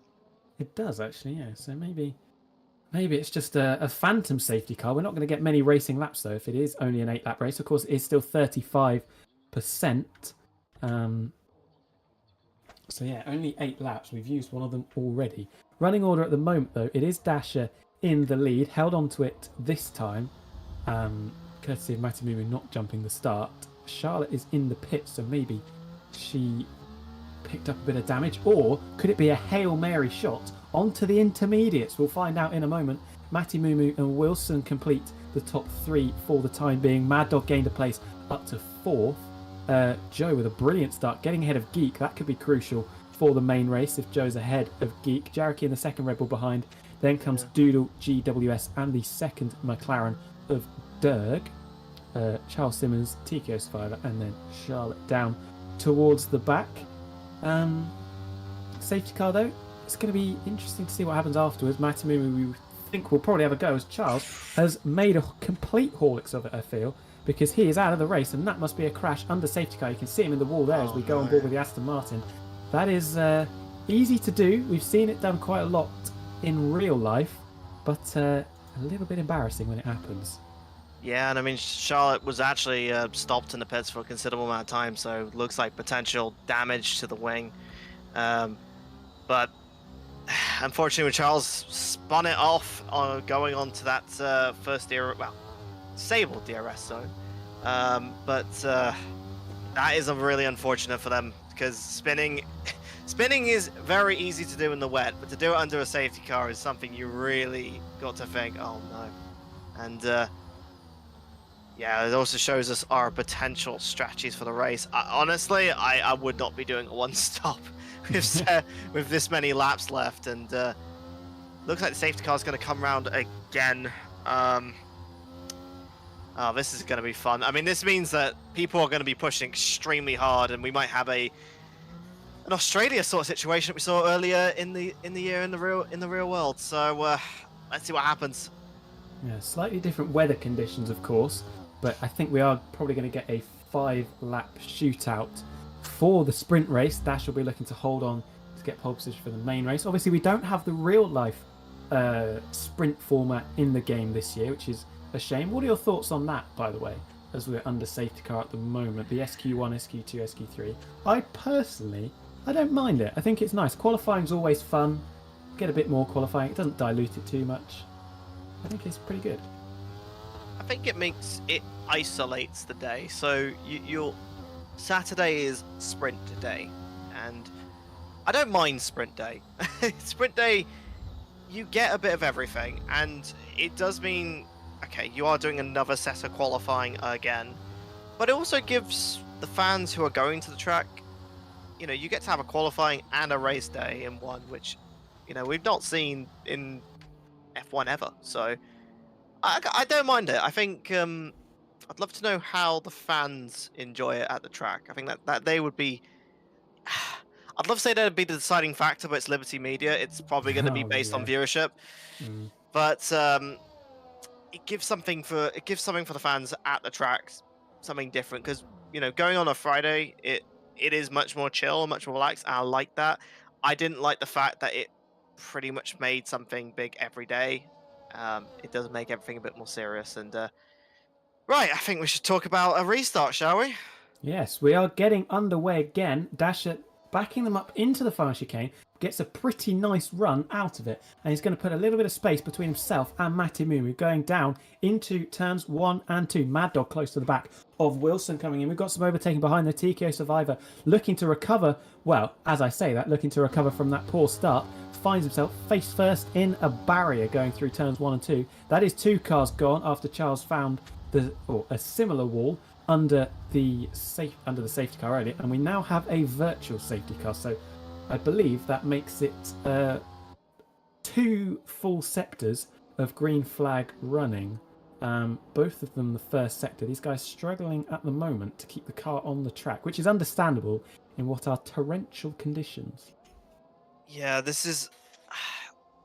I mean, if you're Perkins right now, you have got to think what could have been if they didn't stop under the first, well, going into the lap 1, lap 2, because they are now plumb last, and it looks like there's gonna be very little actual racing in this sprint race. So not the best at the moment, and honestly, this is in America they say cautions breed cautions, and Yes. I think it's going to be the same here for yellow flags, virtual safety cars, and God, if we get another safety car, I think we're going to have 1 or 2 laps max. I don't know what the maximum number of safety cars you get in a sprint race will be. I know in the main race, I think it's 4 or 5, not 100% sure. Getting ready to go again though, we don't have the message that it is ending. As I say that, it ends. What perfect timing. Dasher, under pressure though, coming out of the final chicane. I think he's been caught slightly napping, but using the battery down the main straight, is going to hold on to the lead. Matty moving very late on the brakes there, almost running into the back of the McLaren, almost pushing him around turn 2. This is good stuff to see. It's always very difficult to race wheel to wheel in the rain, and these guys are trying to make the best of it. Behind, Wilson lost a bit of time. Mad Dog, Joe and Geek all sat very close behind. Jericho 7th header, Doodle, GWS and Derg, with Charlotte at the back of the pack at the moment. Yeah, you're going to be seeing here, Manny Moon is going to be trying to keep as much pressure as possible as we are on board with Mad Dog, who has started relatively lower down the grid. As said, he was going to come from lower down up the grid, and that is what he's doing right now. He's keeping a pressure on the cars in front. He's pushing them into the side, and he's getting through those, getting through that sort of middle of the ground sort of traffic to try and fight for those podium positions. And we're going to be seeing here as he's pressuring Wilson to the very edge in that Alfa Romeo. Yeah, the Alfa Romeo looking a little bit unstable through the middle sector. I think Joe was having a look coming out of the hairpin, but wasn't quite close enough to attack the Williams. So it is going to be Mad Dog trying to slipstream down into the final chicane. Very difficult place to overtake as we are about to complete 1 full lap of racing for the first time in about an hour. And it is Dasher who leads us over the line from Matty Mumu. And then it's this battle of Wilson, Mad Dog, Joe, Geek and Jaraki towards the back of it as well, with Doodle hanging on as well. Little bit of a look down the inside from Mad Dog, but thinks better of it. Obviously, have to judge your braking zones quite a lot differently in the rain, of course. A little bit of a gap opening up between the Alfa Romeo of Wilson and our leading duo. Further down, we saw GWS picking up a penalty. That'll be for corner cutting over the final chicane going past the Wall of Champions. But Mad Dog continuing to put pressure on Wilson, but he's got to be looking in his mirrors as well with the Mercedes behind. Yeah, it's going to be looking, the main thing here is you want to be trying to keep in the mirrors, keep on the rear of that gearbox, because right now, every single move you're looking, they're going to be looking in the mirrors, and when they're looking behind, they're not looking so much in front. All it takes is for one small move, one small mistake, especially in the rain, and that will give the opportunity for Mad Dog to take that position. He's already up by 1 position already. Joe Dog is behind, I will like to say, as all 3 of these cars are going to be bunching up at the hairpin, and this is going to be a fight for 4th place, and this is going to be some really close action already going into the final chicane. Yeah, Joe managed to just force the wheel alongside coming out of the hairpin, and that's what's got him ahead of Mad Dog. Brilliant start from Joe, up 5 places you can see as we come on to start the penultimate lap with our leaders. Joe now all over the back of the Alfa Romeo, once again the top 2 trading fastest laps. Can Joe use the battery? Wilson goes defensive into turn 1. Round the outside goes Joe. It'll be impressive if he can make that done. And you know what? He's done it absolutely perfectly. And look at Geek trying to send it around the outside of Mad Dog as well. It's 5 cars separated by about half a second. You can put a blanket over them. They're so close together, which you'd probably like to do, considering it is raining. And they want to keep dry. You can see the AlphaTauri as well of Doodle skating through turns 4 and 5. Coming through behind them, but it is now Joe ahead of Wilson, ahead of Mad Dog, and then Geek and the Red Bulls getting very close there, going through turn 6. Yeah, the Piranhas are circling that potential third position, as it looks like we are going to be seeing some cars split between. Wilson has finally lost the fight as he's gone wide into that turn 8-9 section, and it looks like when you get pushed off the line, other cars will be looking to take that position as well, and Wilson is going to start losing those positions as Geek is wanting to take it going into that chicane. Yeah, Wilson dropping back, tumbling like a stone at the moment as one place lost turns into 3 or 4. We saw a little bit of a change of lead though going into the final hairpin of turn 10. Matty Mumu I think may have sent it down the inside, but he's made a mess of it into the final chicane. I think that's probably going to be it for his race victory charge. Further back, if we rejoin Wilson, who's gone from 3rd to 7th in the space of 1 lap, just tumbled down the order really. It's not been ideal for him. Got to try and hold on to as many points as possible. Got CRM Doodle and then GWS behind to hold on to that final point, the final couple of points, of course. In front, Geek and Jericho looking at the back of Mad Dog. But this is the final lap, of course, so if they're going to make any more overtakes to improve their grid position, it's got to be now. So we've got a yellow flag. I think it's the Williams at the back of Charlotte who has spun. Yeah, that's very unfortunate. Second sort of mistake that's come out in this race is something she's not had the best of times, unfortunately. And last race, and he's just popped it. Yeah. Oh dear, that turn three chicane has not been good. It's not been the race that they've wanted, as we're going to be going into the last few corners of this race. Oh, Dash is wide. Dash is very wide. Sorry to cut in there. Matamumu fastest in the middle sector. Dasher making the mistake on the final lap. It's now going to be a sprint to the final chicane. Are they going to get through it? Imagine if they took each other out. What action we could have. Joe coming from 9th on the grid to win the sprint race. They've got to be careful. It looks like Dash has got the straight line speed over Matamumu. So grandstand finish to the race. And the sprint race is going to finish, as we were for the top 2. They're nose to tail as they come over the line. But it's Dasher that takes it by less than 0.3 of a second ahead of Matamumu, who comes home second. Joe, brilliant recovery to come to 3rd with 6 places made up. Jericho made up 6 as well to come from 12th to 6th. And that was, well, we didn't get too much green flag running, but the stuff we did was very exciting. Oh god, it looks like Dasher had a little bit more traction on that hairpin. Just a little bit more speed needed, and that was what took it. Even though he had the outside, I was really worried that Matamumu had the inside, had the ability to push Dasher out wide going into the last chicane, but it looks like Dasher just had the traction, had the speed necessary to get it across, get the overtake done, and made the finish line, 1st place. Going to be winning out the sprint race here as Charlotte's... Oh, no. No, I do apologise. I've cut at the wrong time. But, oh, dear. Go on, Charlotte. Get it home. Go on. Sums up the sprint race quite well, to be honest. But we were made to wait. Everyone watching was made to wait as well. But we did finally get some action. And it was good. And it was Dasher from the 2 Mercedes out in front. And that is your sprint race.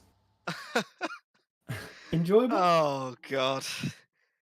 Well, that was actually quite exciting. We didn't have a lot of laps. So everyone just pushed it. Everyone was just pushing everything on the battery, everything on the car to get it to the end. And actually got a pretty good race. Everyone going hell for leather, which I, for one, I found it very enjoyable. And I think you did as well. So yeah, we're just going to go through the order very quickly while we wait. It was Dasher from Matamumu and Joe. Mad Dog did come home 4th in the end, holding off the 2 Red Bulls. Wilson slipping to 7th, but still a decent few points. CRM Doodle 8th, followed by GWS and Derg. Charlotte coming home in 11th. TKO Survivor and Charles were the non-finishers from that race, ending up 12th and 13th. So they will start at the back. And we have our weather revealed for the main race, and I think you may enjoy it. As we are going to cut back across, we still have a bit of rain around. Not as much, but we still have rain. It's very Canada. Oh, God. Someone's gone, Canada. Let's just reinitiate 2011 mode over again. So, more rain. Well, we've had a McLaren win the sprint race. We need one of the Red Bulls to get up there and have a little bit of a whoopsie on the final lap going into turn 6. But it's going to be difficult to script that. We're going to have to talk to the writers to see what they can come up with. However, as we wait to get going, I think it's going to be the intermediates. Yeah, this looks like the track is not as wet as it was before, and we're just going to be seeing all the drivers come and load onto the map. And yeah, let's hope people actually survive. We have a bit more. We have a lot more racing laps. See how the progression of those tires will be. As intermediates, they do handle these sort of changing environments a lot better, but they don't last as much. Yeah, they So do wear quite a bit on this game, which is interesting to note. Obviously, a shortened race as well, 35%. I think it still has the same tyre scaling as a 50% race. I could be wrong there, but I believe that's how it goes. We are getting ready to go once again. It is 5 red lights, and they drop the clutches, and we are away for the second time, and it is Dasher leading them away. Good start from Joe in third, actually. Mighty Mumu gets the better start of the Mercedes, in fact. Trying to go around the outside of Dasher into turn 1, can't quite make it stick. There was a bit of wheel banging there. Dasher getting out of shape coming through turn 2. And it's going to... Oh, there's 2 Mercedes on the inside coming together as well. They're almost 3 wide coming out of turn 2. Great racing. Joe still trying to look at the inside of his teammate. Thinks better of it into turn 3. And I think there's been a problem for Mad Dog dropping down to the back of the pack. Mad Dog dropped all the way down to 13th. Yes, facing the wrong way going through turn 4. Not an ideal start for him as he falls to the back of the pack. But we join the race leaders once again as GWS, I think, is in the mud as well. yeah, I mean, drivers are already struggling to try and get control of these cars.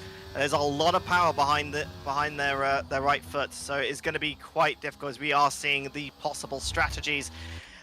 Honestly, I feel like we're going to see a one-stop here. You know, the tires are going to be pushed a lot. There is rain coming down, but we are going to be seeing some dives into the chicane. It's one of the best places to make the overtake, as it looks like Dirk is going to be getting that position upwards. Let's see if he can defend it going down the long straight. It's all going to be about a drag race, about who is going down. It looks like the Dirk has gone down. It looked very, how do you say, laggy, but Yes. yeah, it's what you're going to get. Coming back down the inside, though, into the final chicane. Not quite.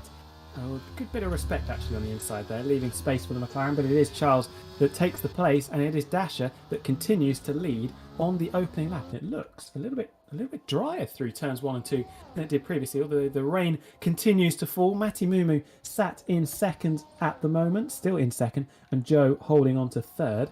Further down, though, we have seen some major changes. Let's have a look, shall we? I mean, Mad Dog is going to be looking to try and get back those positions after that very early mistake. So, yeah, this is going to be a big fight for trying to get something back from this, as we are going to be keeping up with the fight for the lead. Only 3/10 of a second. There is no DRS, so they're going to have to try and make the overtakes themselves. The biggest thing is going to be how much can they conserve their battery, because you know, as Dash will probably want a little bit of space, a little bit of ease of pressure, so he's going to be using the battery a little bit more. But Matty Mumu and Joe Dog, I would say as well, they are going to be looking to try and store their battery up, get ready for the overtakes that are going to be happening, because honestly, they want to get in front, they want to be getting away from this. The spray isn't so high, which is good to see. So visibility is available there, as Wilson has got the first 3-second time penalty for track cuts already. Yeah, hopefully we do get some dry running later in the race. The top 4 are actually very close together. Then there is a bit of a gap back to Sierra and Doodle, who's made a brilliant start from 8th on the grid, but has got Geek, who made, well, not such a good start from 5th. Right behind, further back, TKO Survivor, who's been in the wars a little bit throughout this race, has been very up and down, a roller coaster. After qualifying 3rd for the sprint, has made up 5 places up into 7th. Charlotte up to 8th in the Williams. Then comes Charles in 9th, and Wilson, who continues to fall through the field a little bit. Difficult start, down to 10th, and with a 3-second penalty for his troubles as well. Geek, you can see all over the back of the AlphaTauri, the sister car, of course. I doubt Sierra and Doodle will be letting past, although that is an incredible run out of the chicane of turns 8 and 9. Almost looked like he was going to send it down the inside, but he holds back and gets a really nice exit, does he? No, it's actually Doodoo who took the wider line, the karting line, as they like to call it in the rain, to get the exit. But look at the slipstream and the battery. Oh, a little bit aggressive with the moving on the straight there. But Geek, that's job done, getting up into 5th, and now can chase after that leading quartet in front of him, who I think are going to pull away from the rest of the midfield contenders. Yeah, I mean, Geek's had to use a lot of his battery there to get the overtake done. That wider line does look a lot better when it comes to traction, so that is going to be interesting to see. You know, different cars are going to like different lines, but the wider line tends to be a little bit easier on the car. When you're taking the inside, you have to put a lot of power down to try and get the same sort of effect in terms of acceleration. And because the grip isn't there, the inside line's not as good usually, and that's why you see these wider lines being taken. Not a great 30 seconds for Doodle, gets overtaken and then picks up the second penalty of the race for corner cutting. I expect we'll see a lot more of those as the 25 laps continue to count down. We still have our leading trio.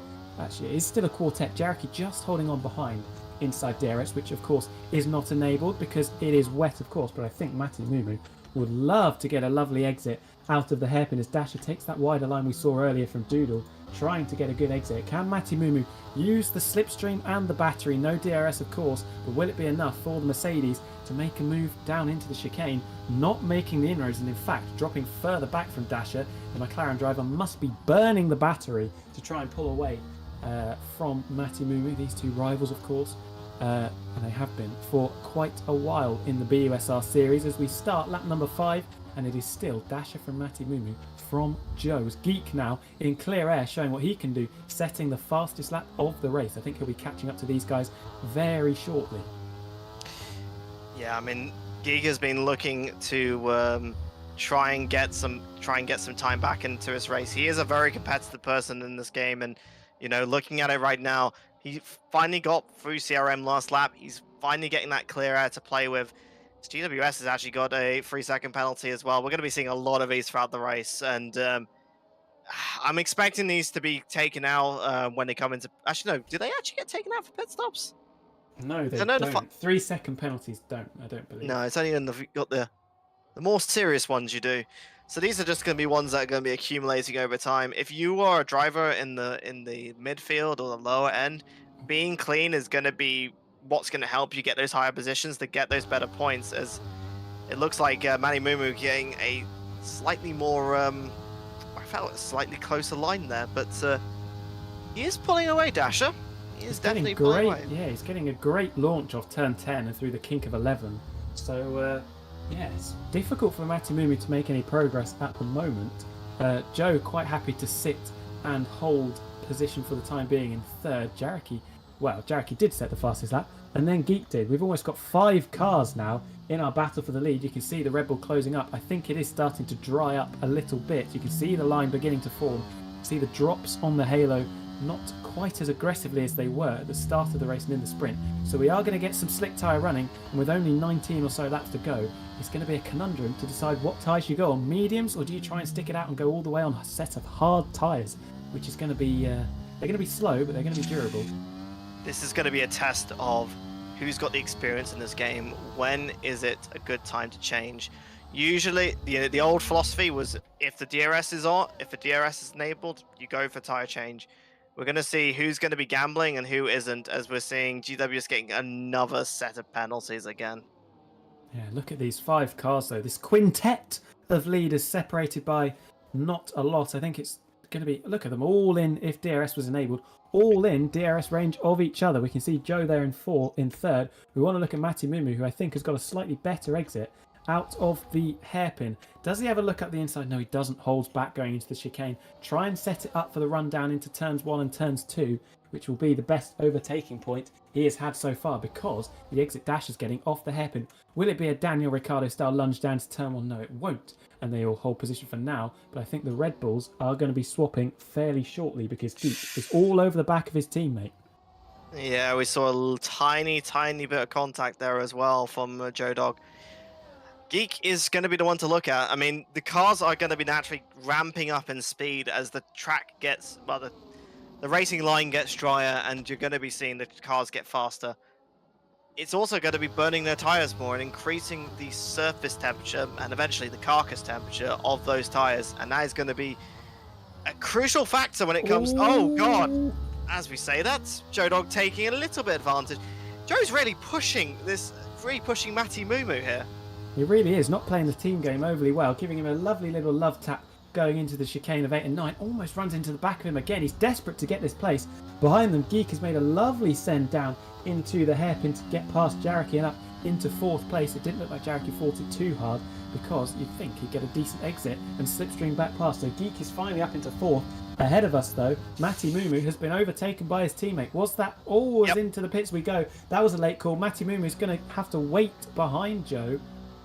It was a very late call from all of them. You saw the DRS enabled sign come up. They're all into the pits. The 2 Red Bulls queuing, the 2 Mercedes queuing as well. That is not going to be good for Matty Mumu or for Jareki. And Jareki, he's just been overtaken by his teammate, and now he's going to have to queue behind him.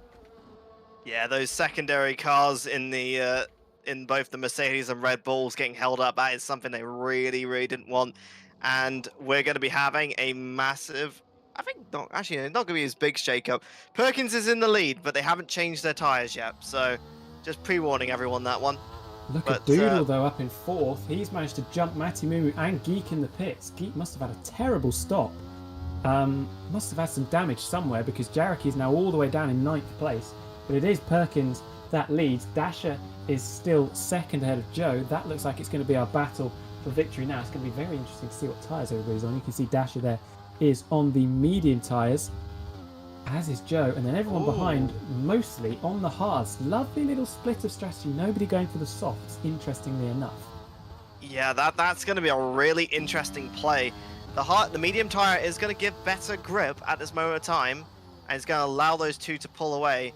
But the harder tyres will last longer. I'm more fascinated to see how much that extra grip is going to help them with the damp environment that we're still in. I mean, honestly, I think the mediums are a better play, but we're going to see how it goes. It looks like Matty Mumu is going to be trying to push CRM through these corners as Jodor gets the fastest lap of the route.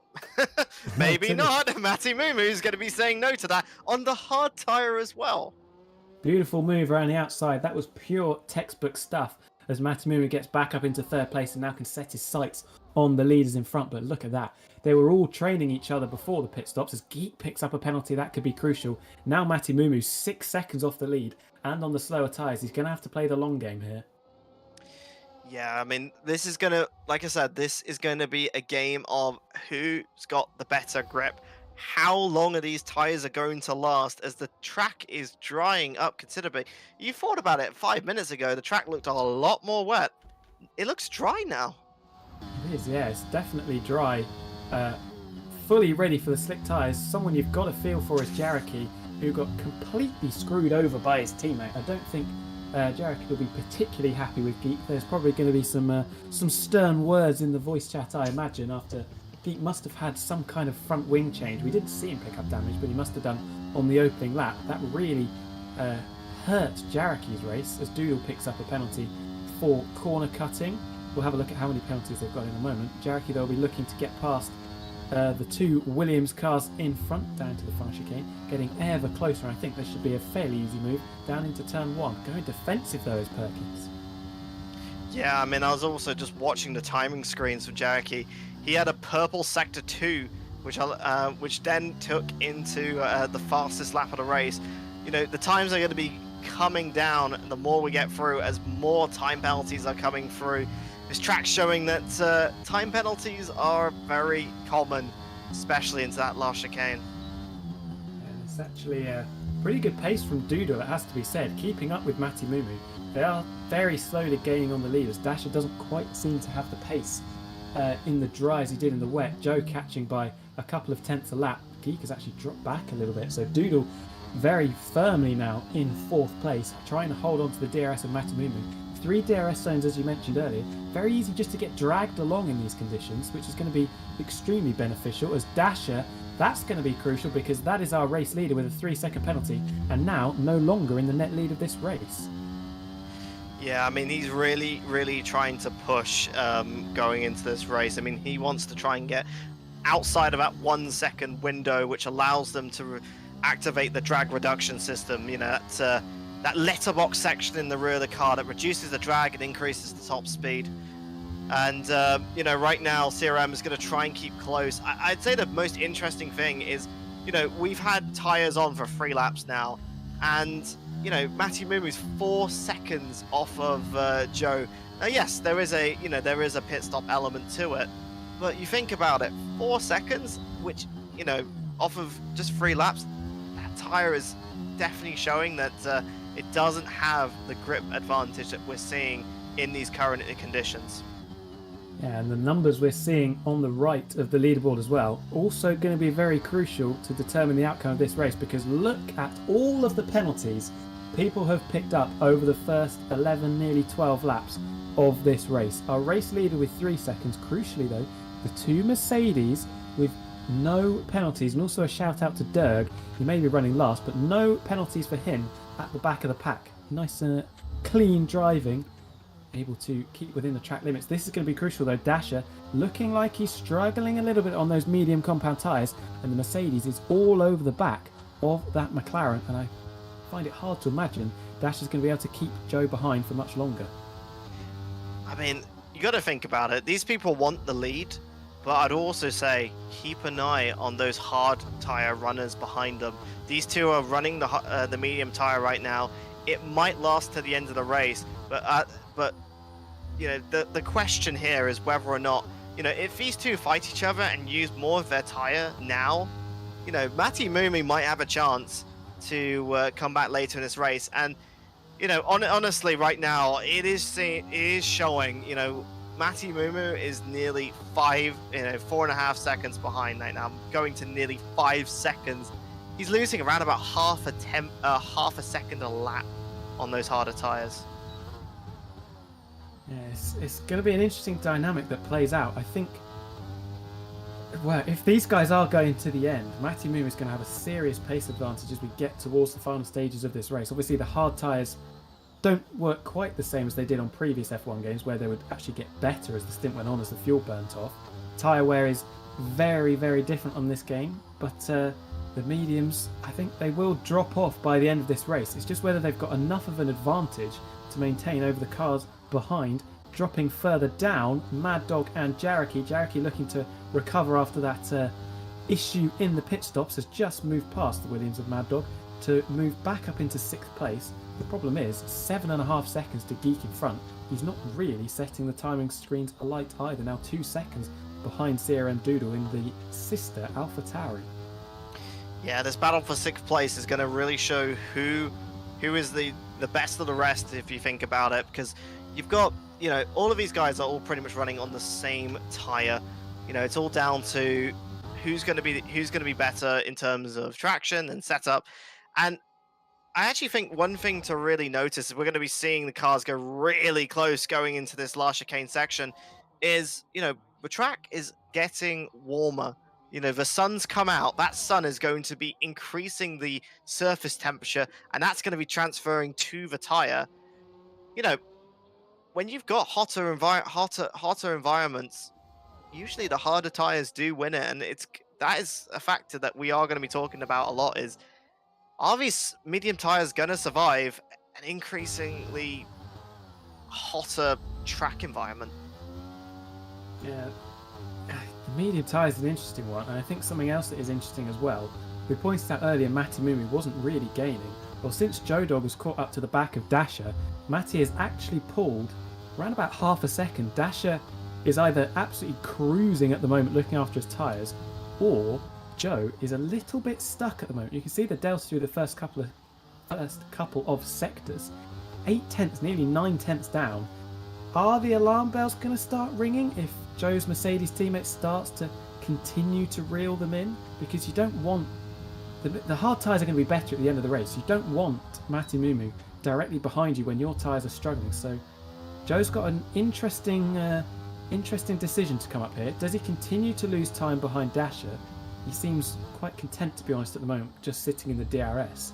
Or does he try and build a gap again, use the best of the tyres, and then hope that he's gonna have enough margin in hand that when Matti Mumu does start to come back at him, he's going to be so far ahead that he can't catch up. But there is his first penalty of the race, and that might just change his opinion. Yeah, this is now, these two front runners are going to have to start building that margin. And, you know, the situation right now is against them. They have got to both pull a gap to Matti Mumu, who doesn't have any track cut penalties. And, you know, it is unfortunate that we are seeing penalties potentially determine an entire race result. But this is part of the F1 games. I mean, it's a very strict track cutting system. It is to stop drivers being very lenient with the rules, but all you need is the right track and the right conditions, and you can get a ton of penalties that we're seeing right here.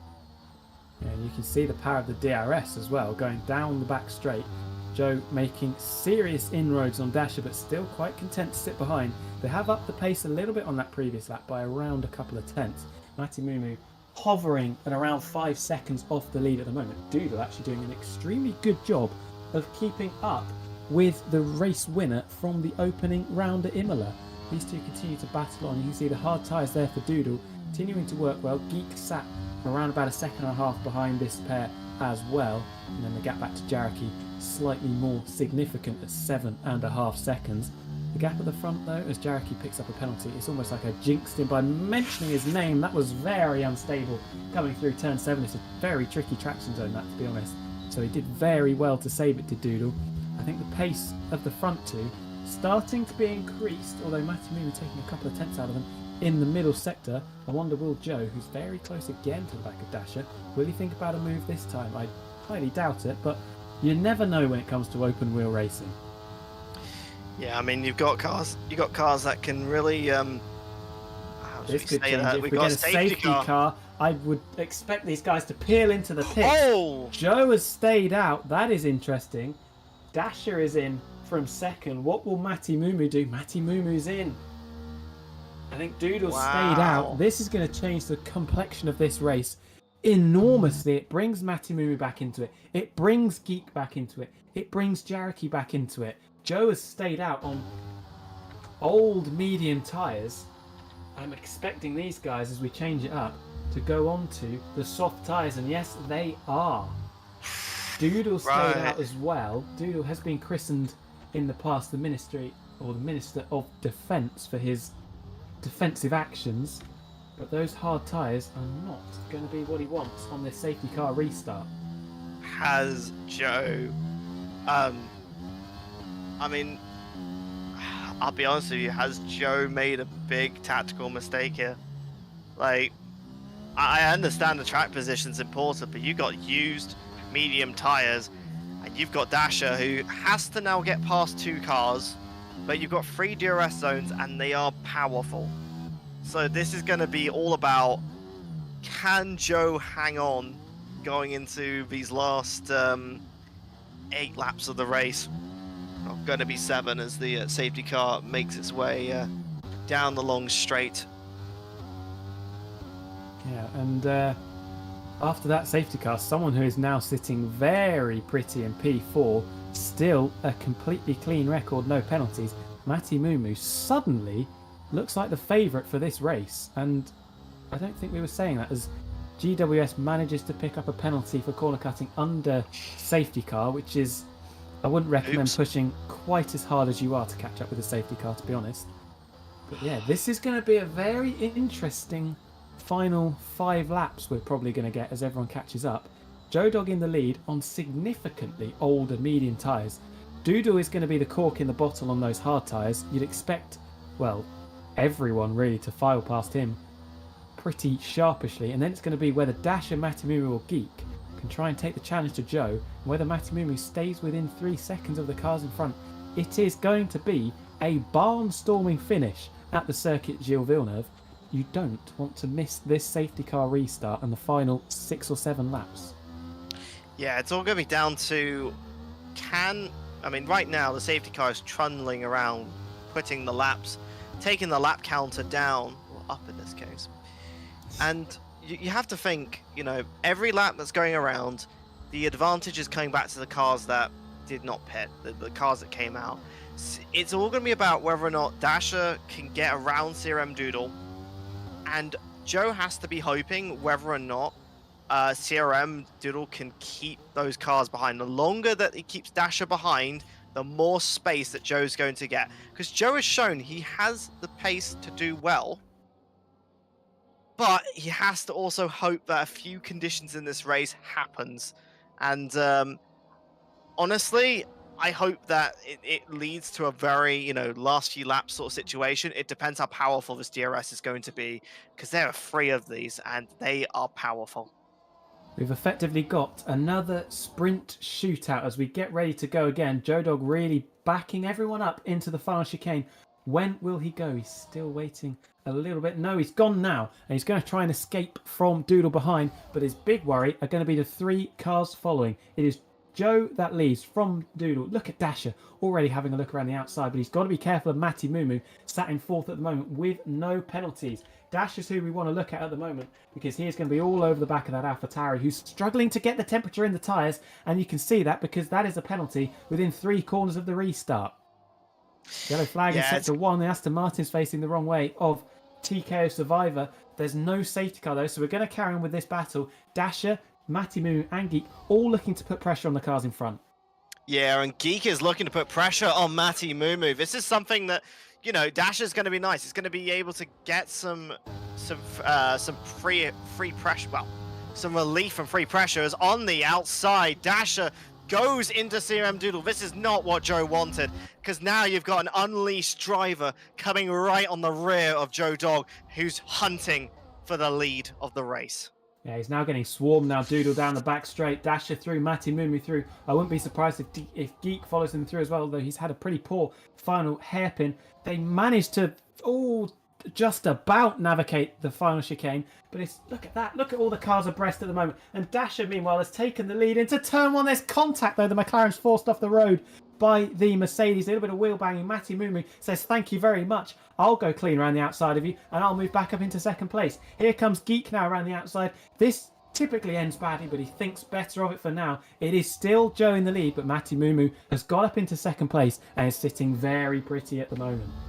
Yeah, and looking at it right now, you've got, everyone's spaced out to about 0.3 of a second, but any mistake that is made is going to be really important. As Matty Mumu is going to be taken on the inside. Is this going to be a lead for the race? Going into the section, does he get it on the chicane? He does, and he does make the move, and that is a new leader for the lead. But has Joe Dog got the battery? Is he going to be looking on the inside? Is he going to be looking to get him chased down on the inside? He's going to be taking the wider line. Get that power on the outside. You're going to need it, man, as Dasher is going to be looking to try and regain some level of positions that he got earlier in the race, and that is going to be a 3rd position. Oh, we're going to have some fights all the way down out of this long straight. Places flip-flopping, left, right and centre. Dasher versus Joe Dog part 2 as they come back into turn. Well, you can see he's got no battery left at all as Matty Mumu streets clear, DRS enabled. Will Dasher send it down the inside into turn 1? No. Look at the Red Bull side by side. Jarek sending it down the inside of Geek as well. Mad Dog in this battle too for what is going to be 2nd place as Matty Mumu streaks off into the distance. Is this the move that Dasher's been waiting for? Joe holds it around the outside. Dasher completely off the road. He's in the wall. I wouldn't be surprised if he's got damage there. Joe as well, looking like he's got some damage as well. Sending it down the inside. The Red Bull's there on the inside as well. I think that's Geek who's been caught out. Yes, loses positions to Jarek. Mad Dog's going to come through as well. Joe defending extremely hard at the moment as Dasher loses yet more places, as does Geek, as Joe continues to defend for his life to hold on to this 2nd place. Yeah, Dasher has not had the greatest of times. People pushing him left and right, and he has been sent down to 4th place. Look at where the he does not want to dive be. bomb. And Geek has gone and dived onto Dasher, taking the opportunity, and he's made the save stick. But we're going to see if there's any sort of aggression. Dasher is going to be losing his positions bits and bits. This is going to be crushing for him. People are going to be looking forward and behind, because look at this train that's formed behind Joe at the moment. He's done a brilliant job to hold on to 2nd place for the time being, but I think Jarek is going to make the move now around the outside into turn 1. Does he do it? Yes, he does. Mad Dog coming down the inside of Dasher, who continues to lose places. I think he must have some damage after being pitched into the wall at turns 3 and 4. Matty Mumu now has a penalty. It's not going to affect him too much because everybody behind has penalties too. Geek now all over the back of Joe, who I think is starting to get that sinking feeling down the inside into turn 5, or turn 6 rather. And Joe continues to hold on. Mad Dog now trying to come around the outside. This is great defensive stuff. We christened Doodle the Minister of Defence. I think we've got to give it to Joe for the time being now. Yeah, Joe's got 4 more laps to really play it with it here. He has to try and keep it up. He must be using a lot of battery to try and fight off these people who are on these newer, softer tyres. it's all down to whether or not that surface temperature gain that we saw throughout this race, whether or not it's affecting these soft tires. Because yes, these tires are new, they are sticky, but they are softer and they wear more. And the hotter it gets, the warmer it gets, the more they're gonna wear. And we don't know whether or not they've finally gone past their use-by date. It was a terrible exit out of the hairpin for Geek, but he's managed to pull it back and he's now slipstreaming Joe down into turn 1. We've seen this before. Joe made contact with Dasher, who's the car behind, still continues to leave just enough space on the outside, but I think Geek has managed to finally force his way through. Dasher's come through as well. Joe's lost 2 places, and I think he's going to start tumbling now towards the bottom end of the top 10. Dasher is through. We're going to have a fight between Geek and Dasher for the final place on the podium, as TKO Survivor has retired from this race. Car's still moving this, so I think that is a bit of a rage DNF, to be honest.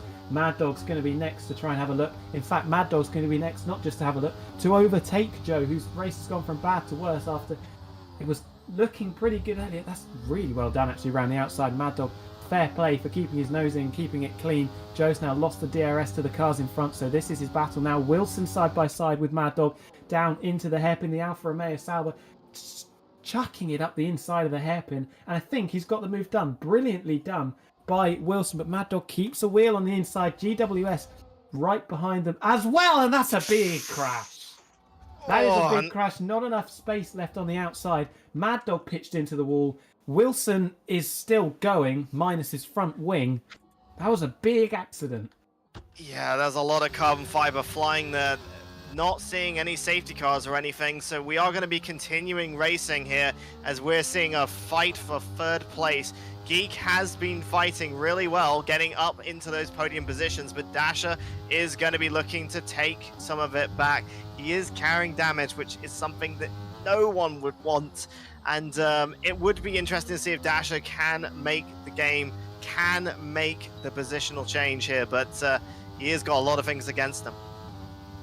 Crazy. We predicted it when the safety car came in. It has been, as Matimura disconnects, that's not going to be ideal. He needs to make sure he gets back in to confirm his race victory as he comes onto the last lap. This is the battle we want to look at, though. Geek and Dasher fighting over 3rd place. Dasher was our pole sitter, remember. He might not even end up on the podium. It's been a crazy restart. Dasher with the DRS, it's so powerful in this game. He's got no battery left. Neither is Geek in front. Look at the slipstream effect as they come up to the final chicane.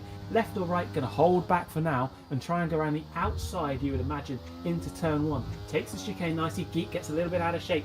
Will he move over to the left-hand side? No, he doesn't. Dasher cruising up the inside of Geek, and that is the podium reclaimed for the McLaren, and it is down to 4th for Geek. He's going to lose that podium. Joe's lost another place to GWS as they fight over 5th. Joe's got quite lucky, actually, that those cars behind had that massive collision. Mad Dog and Wilson, he's managed to hold on to 5th, which would be, well, he's probably going to stay there as he gets very out of shape.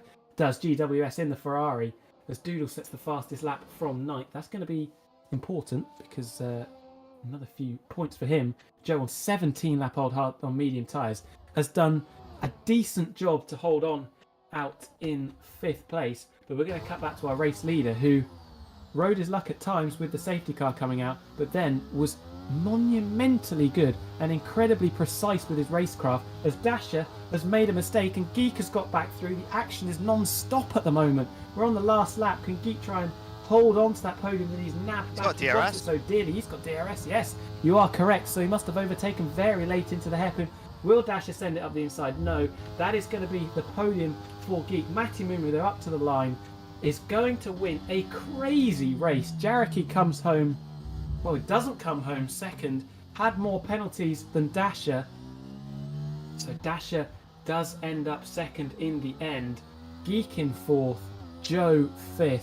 GWS, Charles, Derg and Doodle, I think, are still fighting very hard over 8th and 9th. Look at that coming out of the chicane. Doodle takes that place. Was running second at one point. Now down in 8th, but makes a brilliant move. But it is going to give him nothing as that penalty pushes him back behind Derg, and we wait now for Wilson, who's the last car over the line. I'm surprised his car's still working after that collision, but that was action-packed to say the least. Yeah, I'm really interested to see how that overtake with Dasher happened into that hairpin, because the DRS detection zone is I think it's just before that. It's where is it? It's actually just out of turn 9. So Dasher went in to dive in, but then didn't get it. That was really, really strange. Um, what can I say? At least, I think the most interesting thing out of all of it is how much importance the penalties was. Because Dasher, even though he had all that damage and had all that issues, it meant even with all of those things, he still got second place. Yeah, we were so focused on all the action, we didn't have a chance to look at every overtake that was made and every penalty that was handed out. Here are your final standings, though. Matty Mumu. Oh no, that's going to be including the sprint race points as well. But it was Matty Mumu who picked up victory in a crazy, crazy race. We were made to wait quite a while for it, as I cut back to realise that I should probably have turned a light on while we were watching that race. Matty Mumu winning. Dasher does come home second, and third for Jaraki. Who were you thinking for interviews? We could interview the whole grid if we wanted to be honest. I think honestly, the ones to look at, I think Geek did a good job. I mean, considering he was setting purple laps across the race, and I think to fight all the way back to where he was really good. I think what did he get in the end? I think it was third place. Was he a third place or fourth place? Geek ended up fourth. Yes. Okay, he went back down. And Dasher would definitely be one to talk about because that was a very, very eventful race from. Crazy, crazy, crazy. Yeah, it's going to be difficult to decide. I think we should. Well, if we could interview everyone, we could. I think we talked to our top 3, though. I think we go with that. We go with. Yeah. Go with that. Yeah, we go with the race winner Matty Mumu, second place Dasher, and third place for Jaraki. Exciting stuff, though. Out of 10, how would you rate that race? Give it an 8, honestly, because you had a real safety cars were very important in this race, in both the sprint and in the feature race itself. That allowed people to come in. It allows different strategies to be played, and we saw different strategies being done, and it happened in a way that meant that some people got it completely wrong, some people got it really right, and I guess we couldn't really tell what the actual answer was until that safety car came out and everyone went on to softs.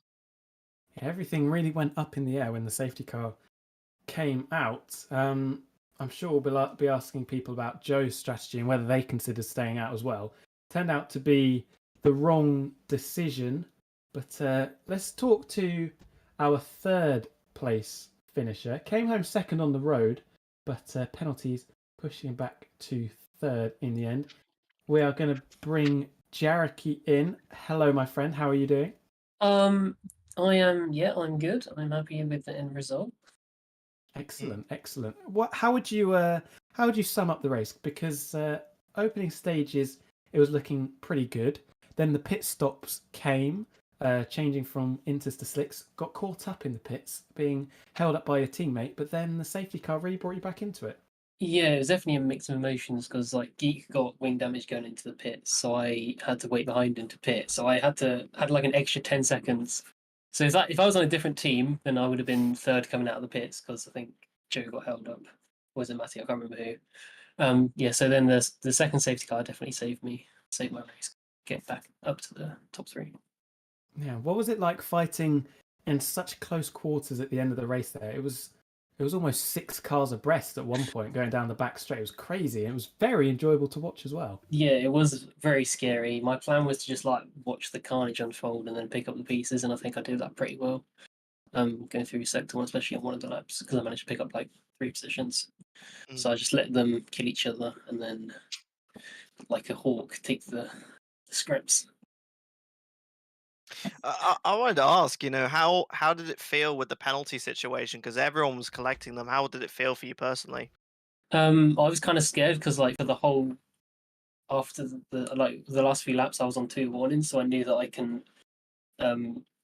go over track limits anymore. But then Dasher had 3 seconds and I had 6 seconds, so I kind of wanted to like push and get out of his have 3 seconds behind me, but I couldn't because I might get another warning and then lose place to Geek as well. So it was scary. But yeah, I managed to keep it on track just about in the end to get P3. Yeah.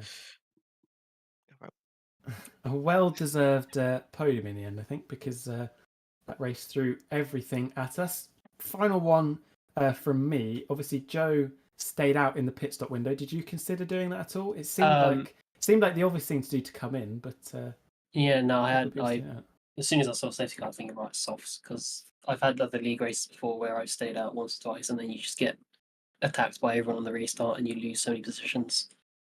But yeah, and Canada's like it's not a hard track to overtake, but you can still overtake compared to something like Monaco, where if it's that you just stay out. Yeah, so it never crossed my mind. Wow. Yeah, very exciting. Mike, anything more to add from your side? Honestly, how did it feel having an 8-lap race? I mean, I'd rather have had like a 12. Well, it wasn't really 8 laps by the end. It was like 4 laps, given the safety car and BSC. I would have preferred a 50%, but I guess some people might have been pushed for time, so it kind of makes sense to do 35 in the end. Yeah, more racing would have been more fun, but I understand the circumstances. Okay, no worries. Well done. Well done for your third place. Thank you. Well done.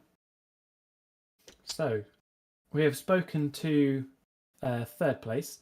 Now we're going to speak to our runner-up, who had, well, if we bring him in, Dasher experienced quite the race, quite the trials and tribulations, ending up coming home in second.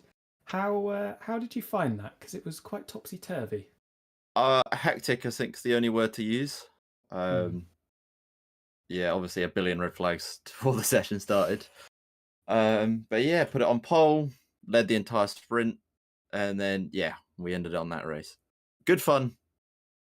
Hectic. Yeah. I mean, there's so much to talk about. We spoke to Jareki a second ago about the extremely close racing we had at the end. It was almost like people were trying to play bumper cars with you a little bit. You seemed to be getting pushed off a little bit in those closing stages. How difficult was that? Obviously, it can be very enjoyable battling so hard with so many different cars, but probably quite frustrating at the same time. Oh, absolutely, yes. So I think for the most part, a lot of people picked onto softs by the front two. And obviously they're going to bottleneck because their tires are worn and whatnot, and we're on our fresh new softs.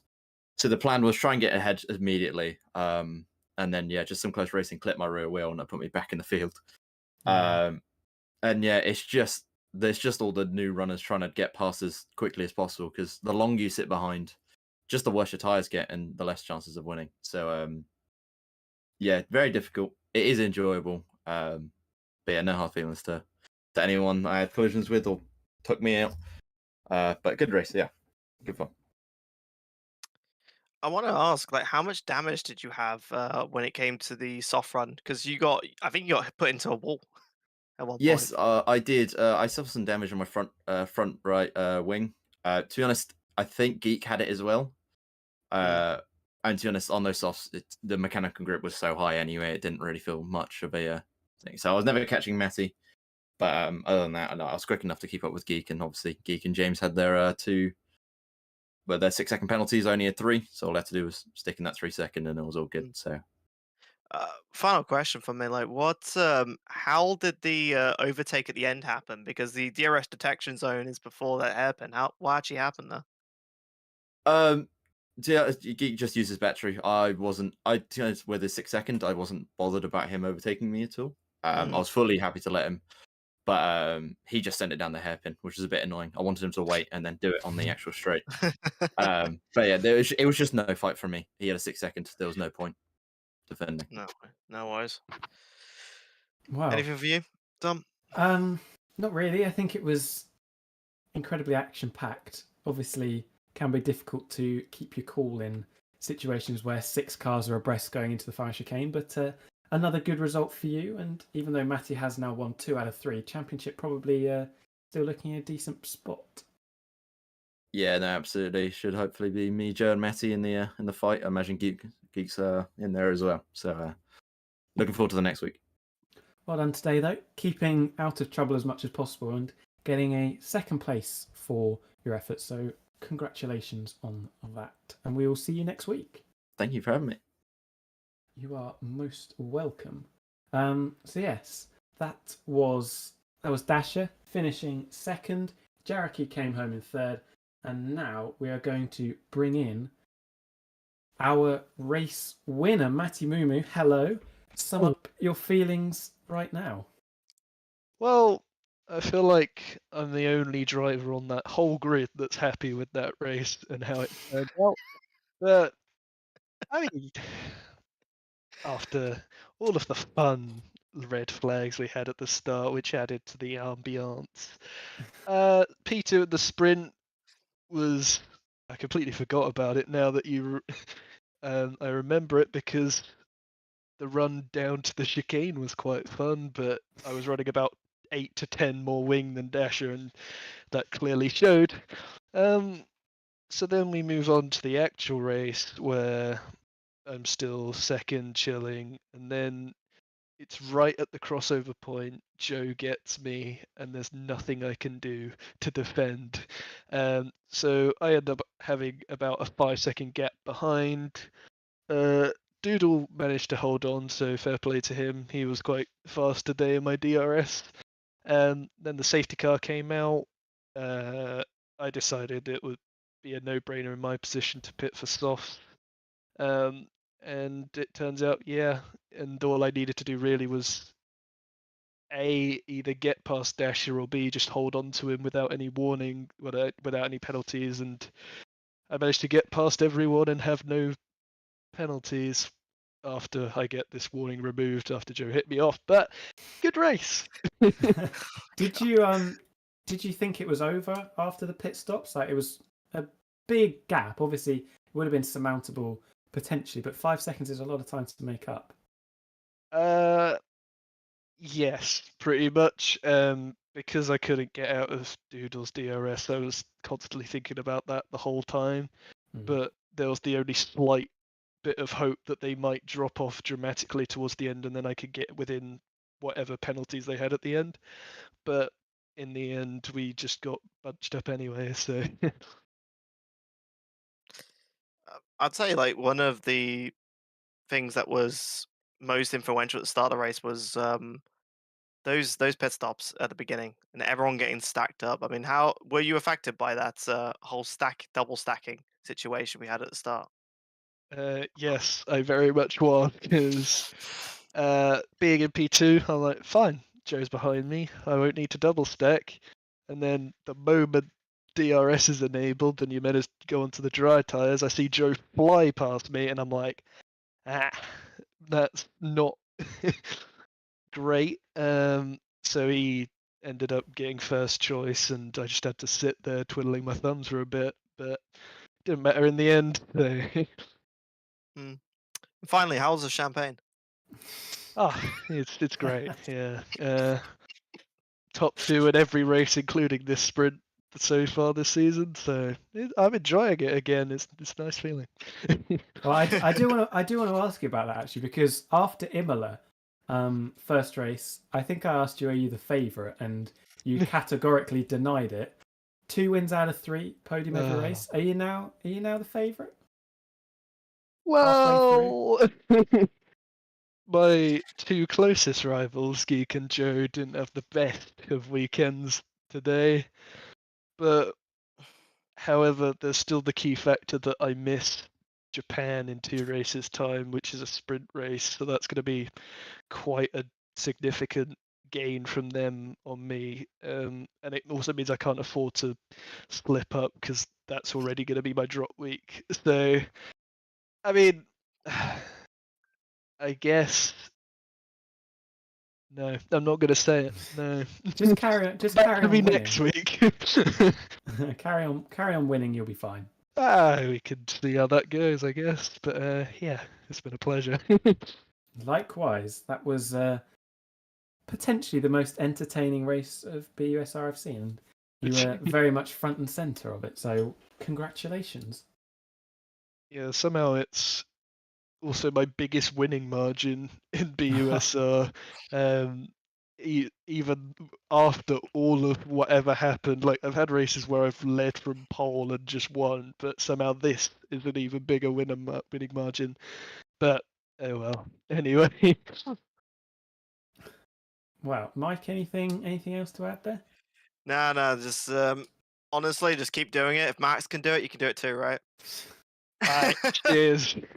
I will embrace my inner loving for Max Verstappen. Oh, that's And controversial. Oh, all dear. his energy towards my third BUSR championship.